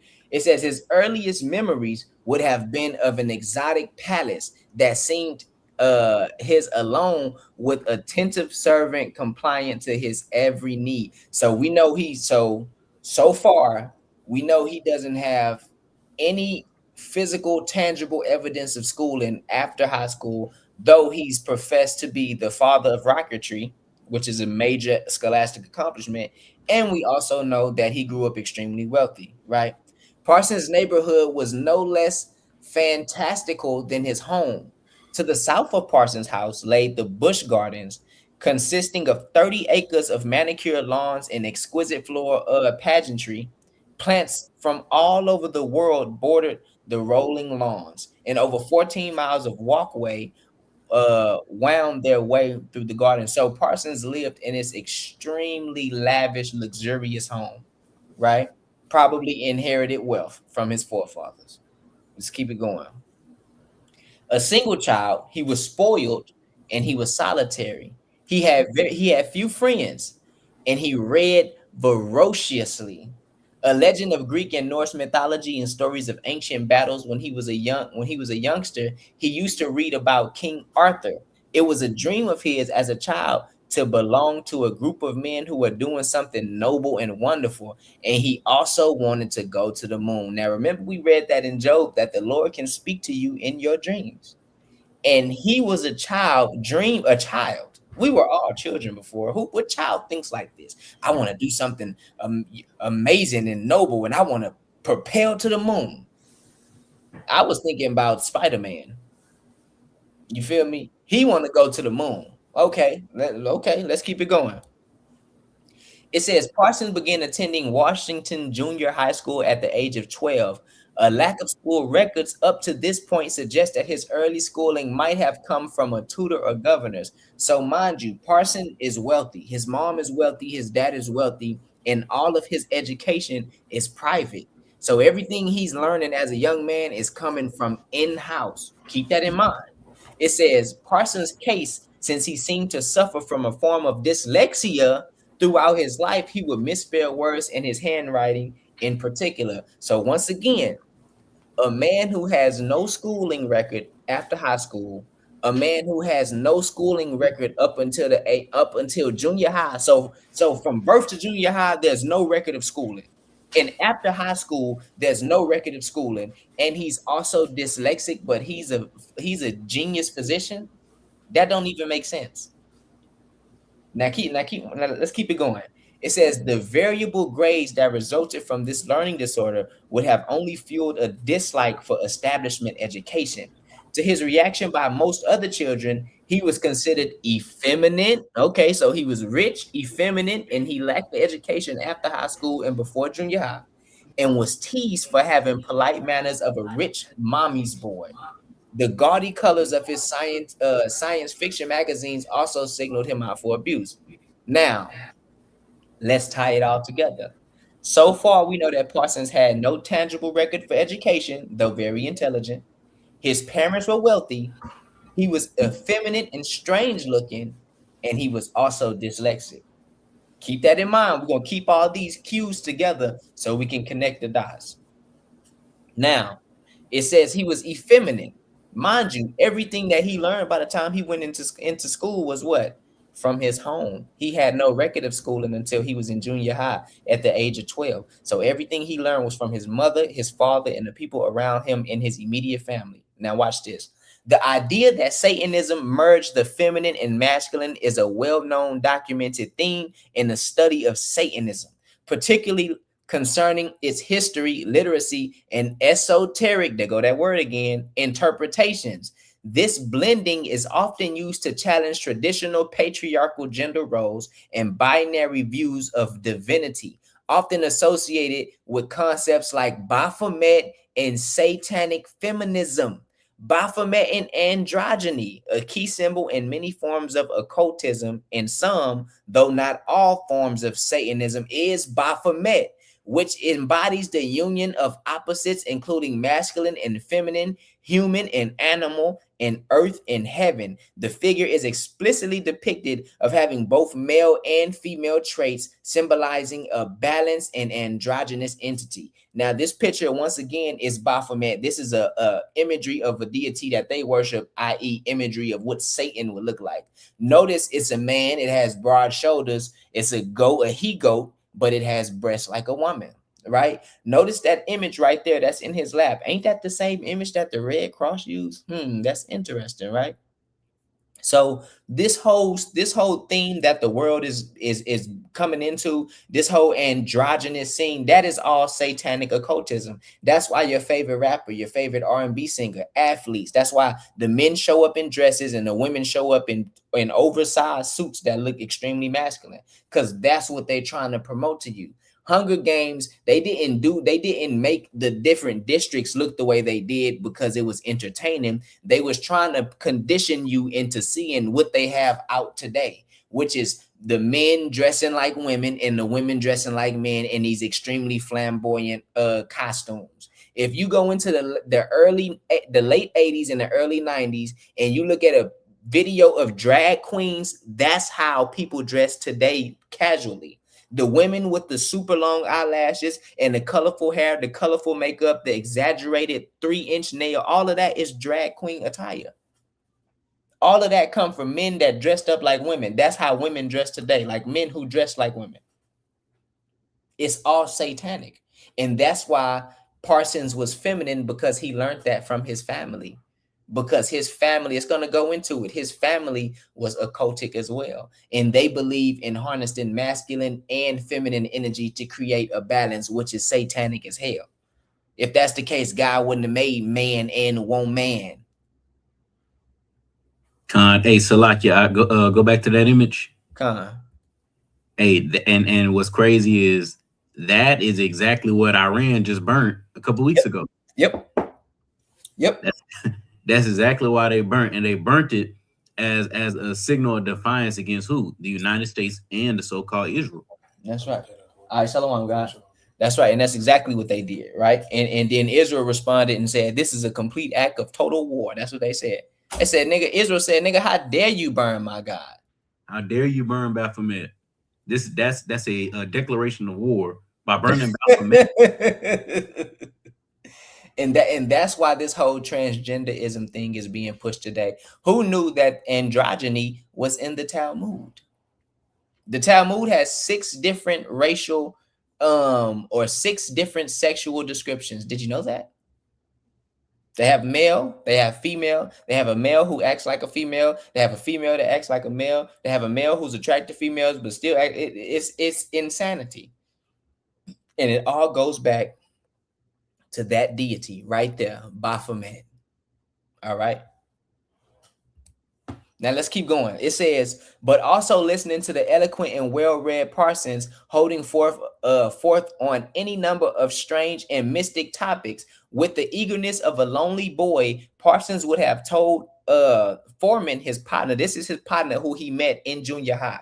This was the only person that liked him because he used to get bullied for being effeminate, being nerdy and weird. Right, and strange looking. I didn't get that, but like I said, I have the book. I read the whole book. So this is his partner who he was actually cool with. It says, with eagerness of a lonely boy, Parsons would have told Foreman of the magical words of Parsifal and Sir Gawain of Eastern religions and outer space. Foreman was no stranger to this last subject. He was already an avid reader of ERB series of books on Mars. The two boys were spending their spare time reading and earnestly discussing science fiction. So they had something in common. They both liked the concept of outer space, and they both was into magazines, science fiction particularly. Not right. Now watch this. First mystical experience. It says it was at this time in his life that Parsons would later claim to have had his first mystical experience. Now pay attention, y'all. He attempted to invoke the devil in his bedroom. Mind you, he's in junior high. You know, when I was in junior high, I wanted to get a kiss from a girl. I wanted to do a wheelie on my Huffy. That's what we had back then. I wanted to hit a wheelie on my Huffy and, you know, probably play a game of 21 with the homies. Mr. Jack, one of the elite, a wealthy white man, was summoning the devil. They not like us. They are estranged from the womb. And we're going to go into who he get that from. It says he attempted to invoke the devil in his bedroom. He would describe the experience later as his magical fiasco, which put him off further occult study until he was older. So when he attempted to summon the devil, this made him take a break from occultism. Why? But he also intimated that he had succeeded and scared himself witless. So he admitted, so Jack Parsons admitted to his homie, nigga, I done summoned the devil in my room and I scared the hell out of myself. I got to take a break because all this is too real for me. That's what happened. He successfully summoned Satan in his room. And you eating lunch. You eating lunch with Bill, right? Y'all talking about the weather. Bill go home and cut a chicken head off and pray to the devil. And you want Bill to get into the kingdom of heaven. He done summoned the devil at 14 years old in his living room. And you want him to repent. Okay. Watch this. It says, then on October 19th, 1899, while climbing a cherry tree at his Massachusetts home, he experienced a scientific awakening on par with a religious epiphany. Remember, we said that the Lord could speak to you in dreams or visions, right? It says, as I looked toward the fields at the east, I imagined how wonderful it would be to make some device which had even the possibility of ascending to Mars. In front of him seemed to materialize, he's having a vision, a mechanical device as solid as the tree he sat in and whirled around and round until it began to lift, twirling and spinning above the city Worcester and out into space.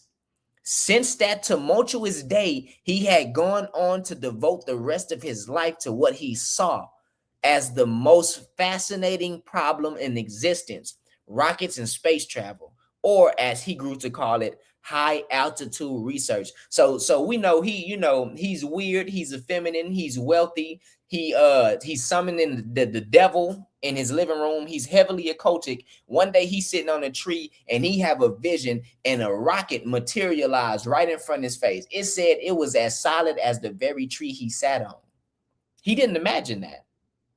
The Lord opened up his mind and the Lord gave certain entities power to put that thought in his mind and to show it to him. Just like the Lord showed our prophets what was going to happen at the end of the world, Satan and the henchmen of Satan showed him that what he was going to create.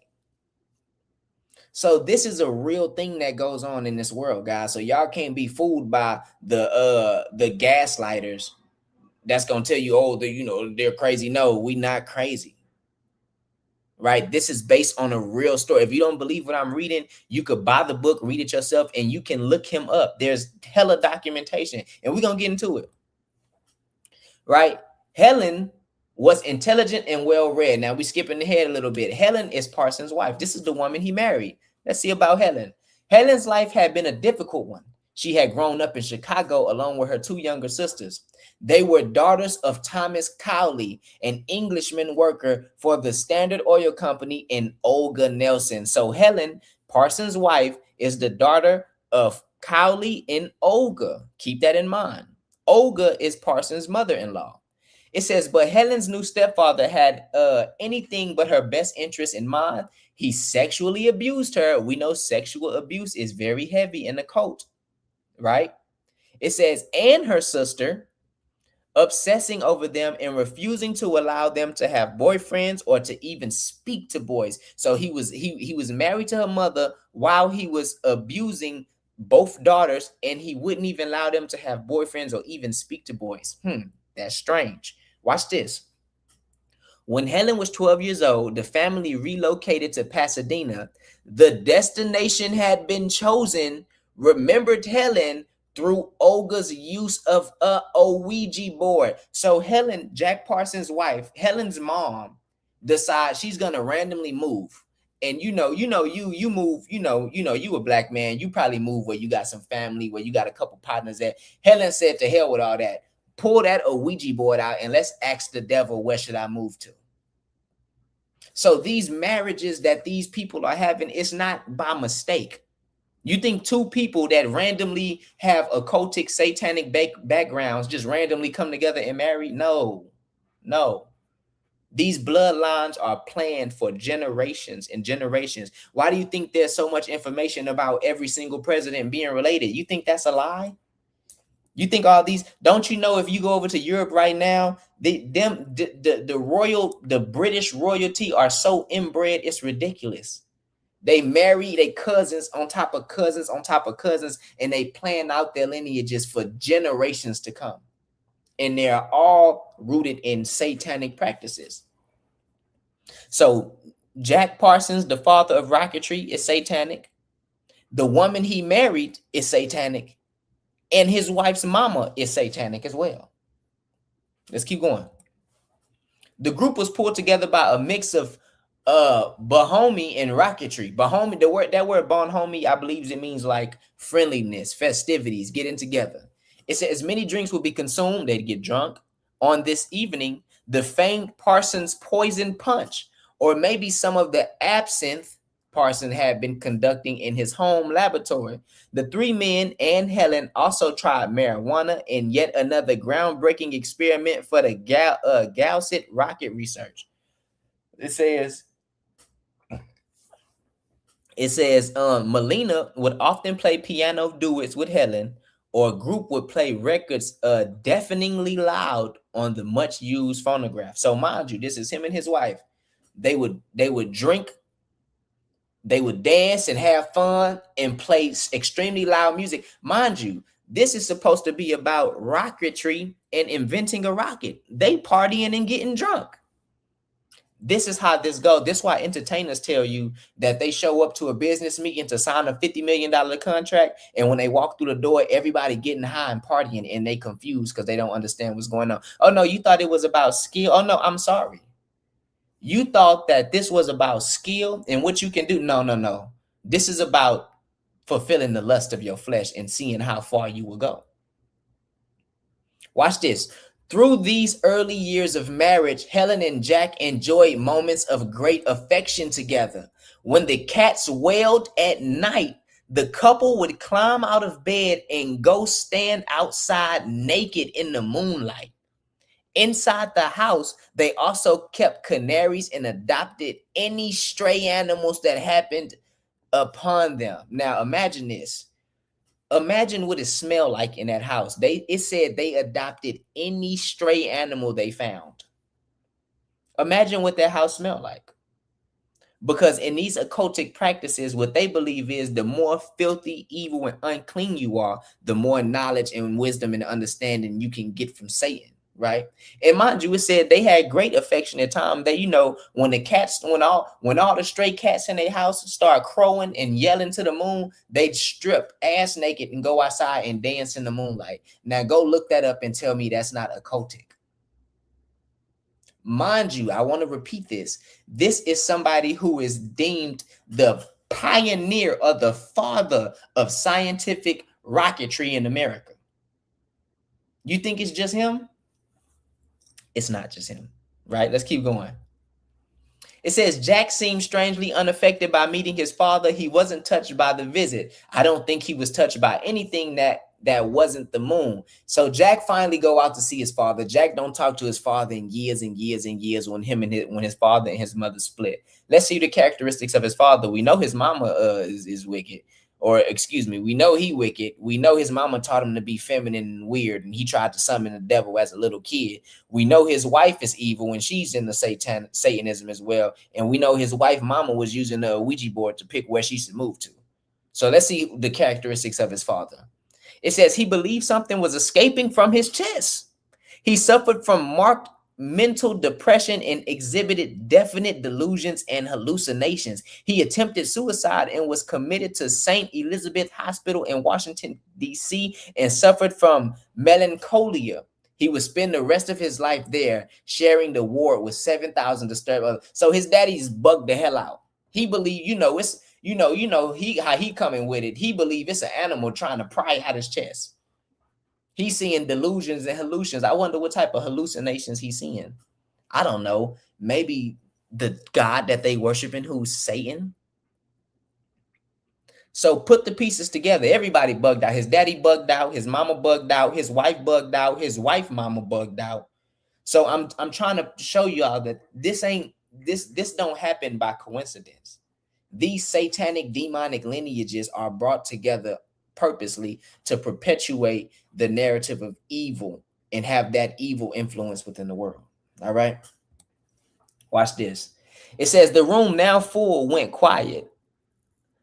A sallow man in a white robe and sandals walked toward carrying a book, holding it in front of him reverentially. Bowing before the altar, he kissed the book 3 times, opened it, and placed it in front of him.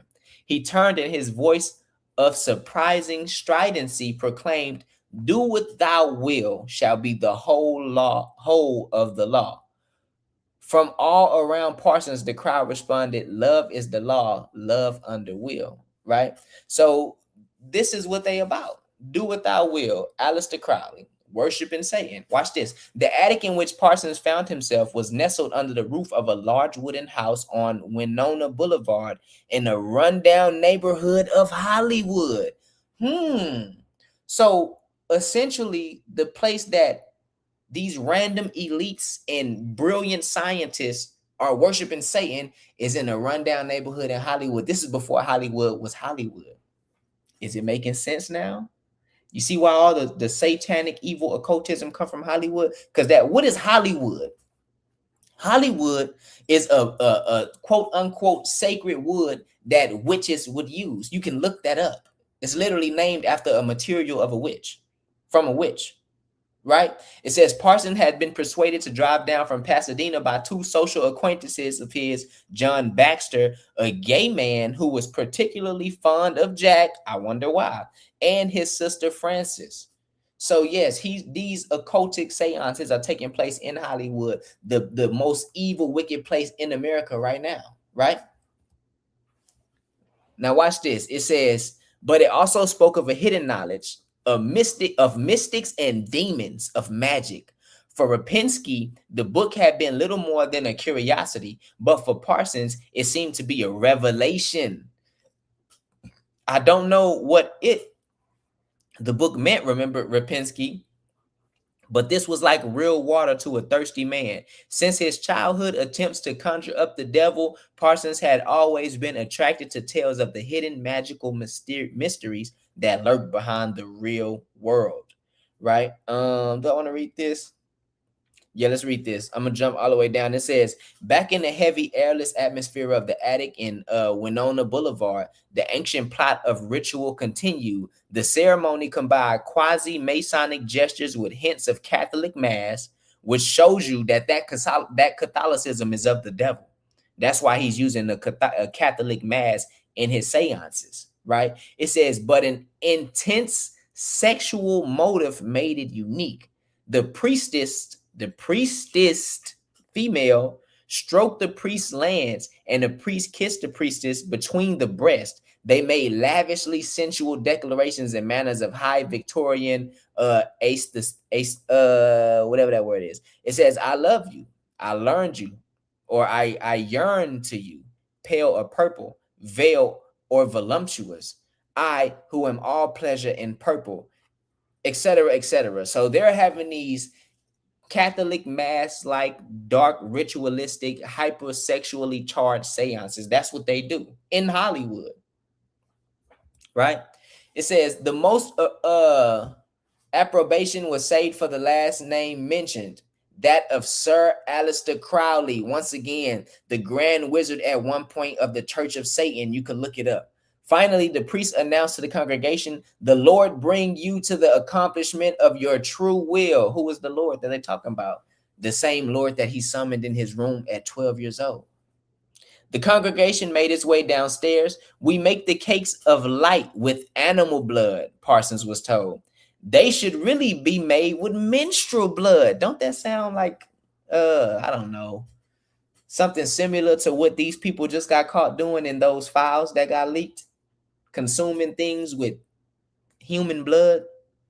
It says the air was still charged with sexual attention, and couples began to pair off into different corners of the Cavanish house.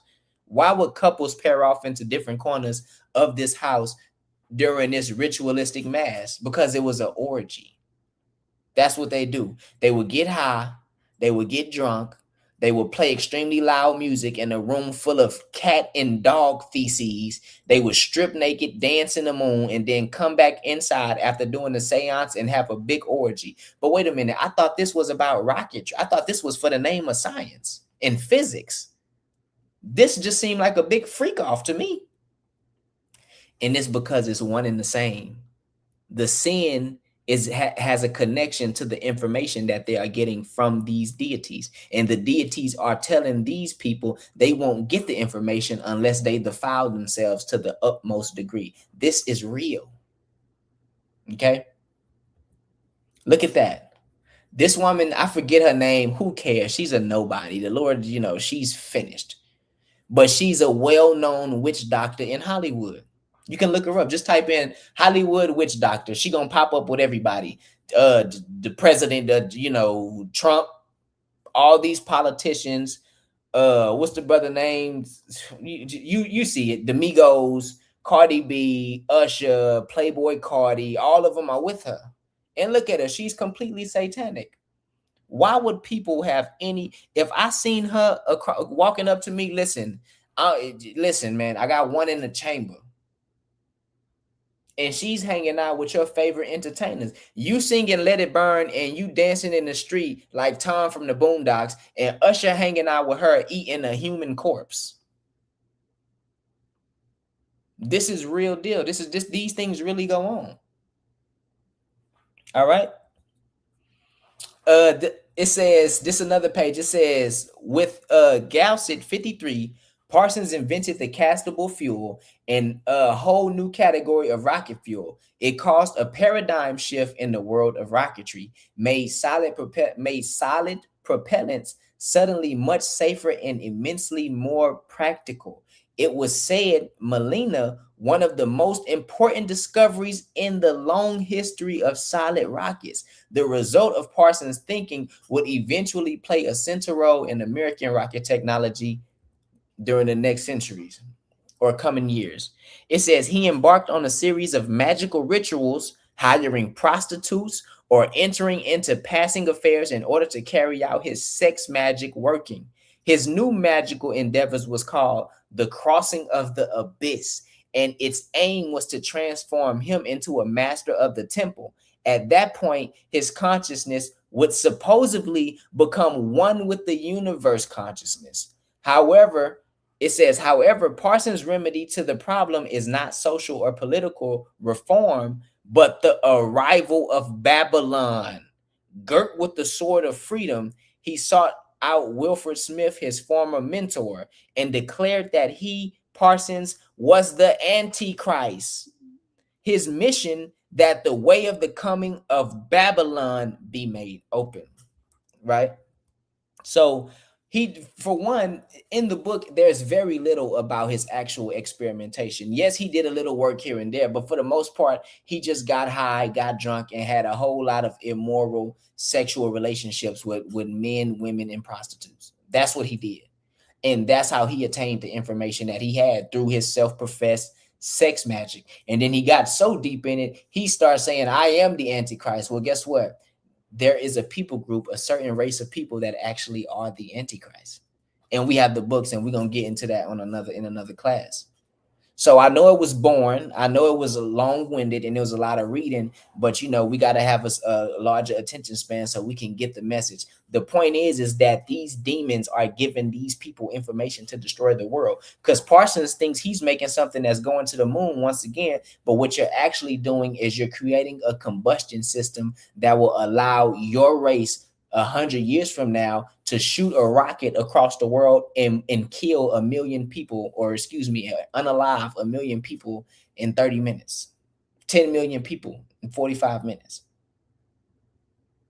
That was the whole plan from the get-go.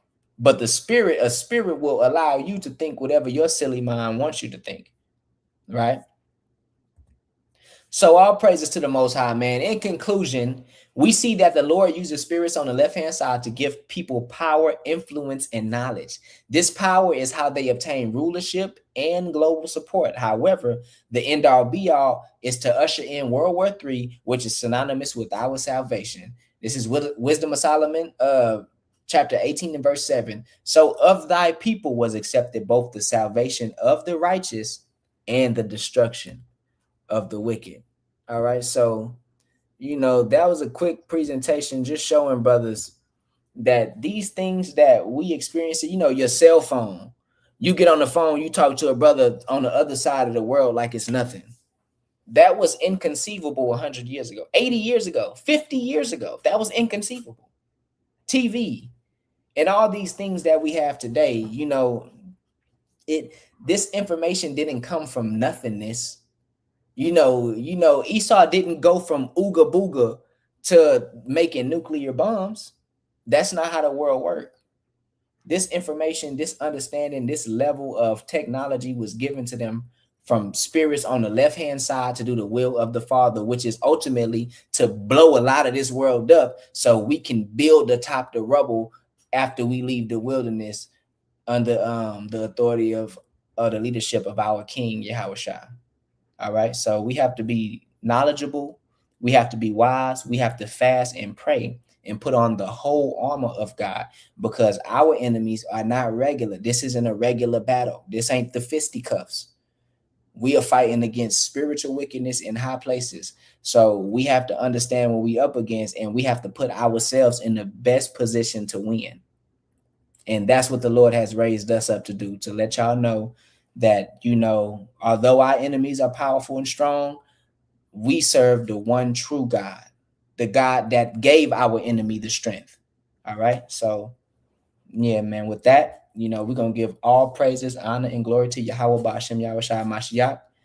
I'm Yaikwab. This is the School of Jeshurun, and Lord's will, we'll be coming back at y'all with a lot of news you could use. All right. Con. Yo, shalom. Mic check. Yaikwab, you can hear me? Yes, sir. Con.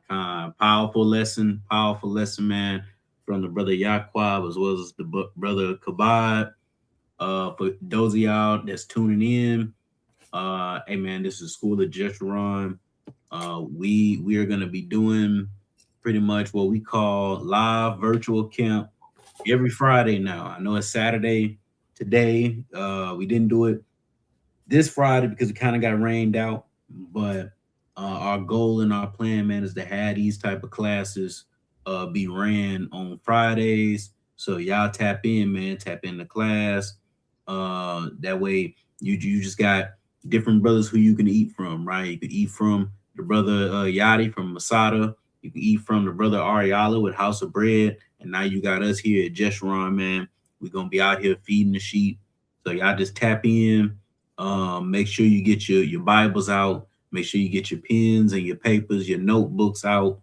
Like the video, comment onto the video, be engaged in the live chat, and share the video. That way the edification can go out, right?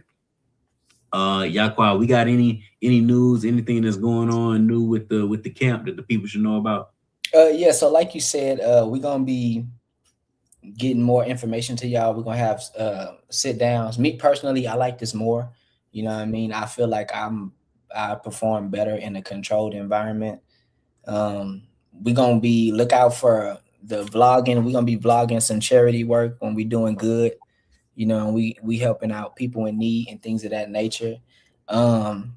We got Passover coming up. Passover finna be ultra lit. So everybody get in the spirit of Passover. If you got beef with Ak that never sent your tassels, call them and tell them you forgive them. Tell them you don't even want them no more. Or tell the nigga to send them faster, whatever. But get the hate out your heart, get the leaven out your house, get the leaven out your heart. Christ is clearly on the way. Our God is clearly showing us that this world is on the way down. I'm gonna be coming at y'all with some political content as well, so I can help y'all understand what's going on the geopolitical scale, on a global scale, since America tends to keep us in a bubble and keep us ignorant. We love y'all, and that's the reason we come out here to do what we do, because we love our people. A lot of people say Israelites don't love our people, but that's not true.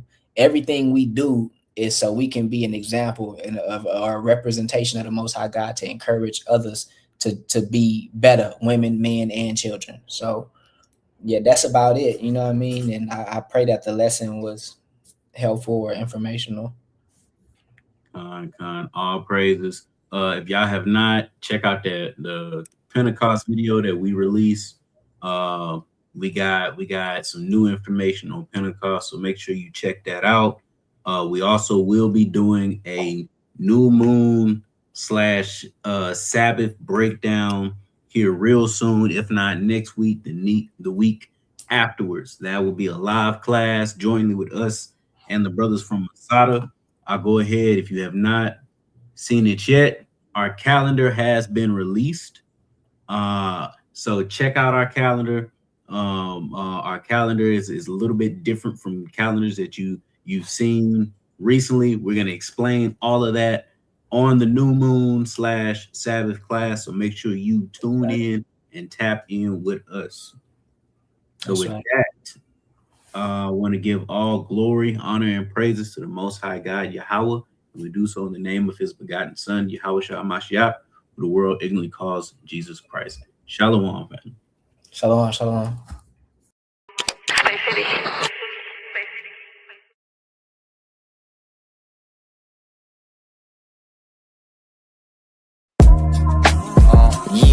Yeah, that's perfect right there. Hey, and I'm still a big dog. Lift up your leg. Catch a breeze, part 2, man. Shout out Ariella. Shout out to God. Listen, yeah. I told niggas I wanted to catch a breeze, then I finally got it. Yaquab going outside, I highly doubt it. Mama gave me plenty love, now I gotta try to find a way to live without it. Child support eating up my pockets. It was cool, but the heat returned. I knew it, that's from experience. You live and you learn. Tunnel vision, it means nothing when your vision get blurred. You run into a wall, that's when your obstacles reoccur. When you on a mission, and I'm on a mission to put the city on my back, where I finally did it. Hella niggas, they doubted me. Zachariah was with it, and we was too deep, pushing the gospel out in the trenches. That's when niggas joined up to simmer it, calm down. Caught a breeze for a minute, the spirit's involved now. Say what? Let it breathe. Say what? Catch a breath. Okay. We bought it out on them corners till it was nothing left. 9 years in the truth, striving to do my best. Feet hurting from my Timbs, nigga. Facts. And I never been a bench warmer, so when coach put me in the game, I had the ball above the rim, nigga. Precepts, remember those, run a pick and roll. You bring it out, I break it down, that's what I was told. And never be a lazy servant is what I was told. Burying talents in the ground, my nigga, hell no. I let my light shine, kicking all of these nice rhymes. I salt bacon this flavor over your mind. And then I finally caught a breeze. Listen, I had to parasail off it and told my Ak I'ma ride with him till the wheels fall off it. Facts. So if they touch you, then it's nothing nice. That's the love of Christ. There's no greater love than one laying down his life. Back deeper than water, niggas could drown thrice. Pull you out with this living water, bring you back to life. I'm trying to catch me a breeze, I thought I told ya. Everybody catching a breeze, nigga, I'm Oprah. Maneuver through the city where it's slimier than okra. I'm hard body of heat and it's sweeter than Fruitopia. Yeah, says he be on your mind, you gotta tighten up. We all Israelites, but niggas, they ain't nice as us. Space City Records, well respected. Boots on the ground, we pushing the gospel till it's accepted in the common household. Wicked ways, we live without those. Knocking my enemies out cold. And I know the ops mad cause the Lord preparing the table. Everybody eats as Yaquab carry the label. I never wanted to be a nigga who did it on his own, but fuck it, I'm grown now and perfectly able. And that shit in my bloodline, I seen it enough times. No need for a punchline, my rap is hella divine. This rap is done by design. Hey, and I'm still a big dog. Lift up your leg.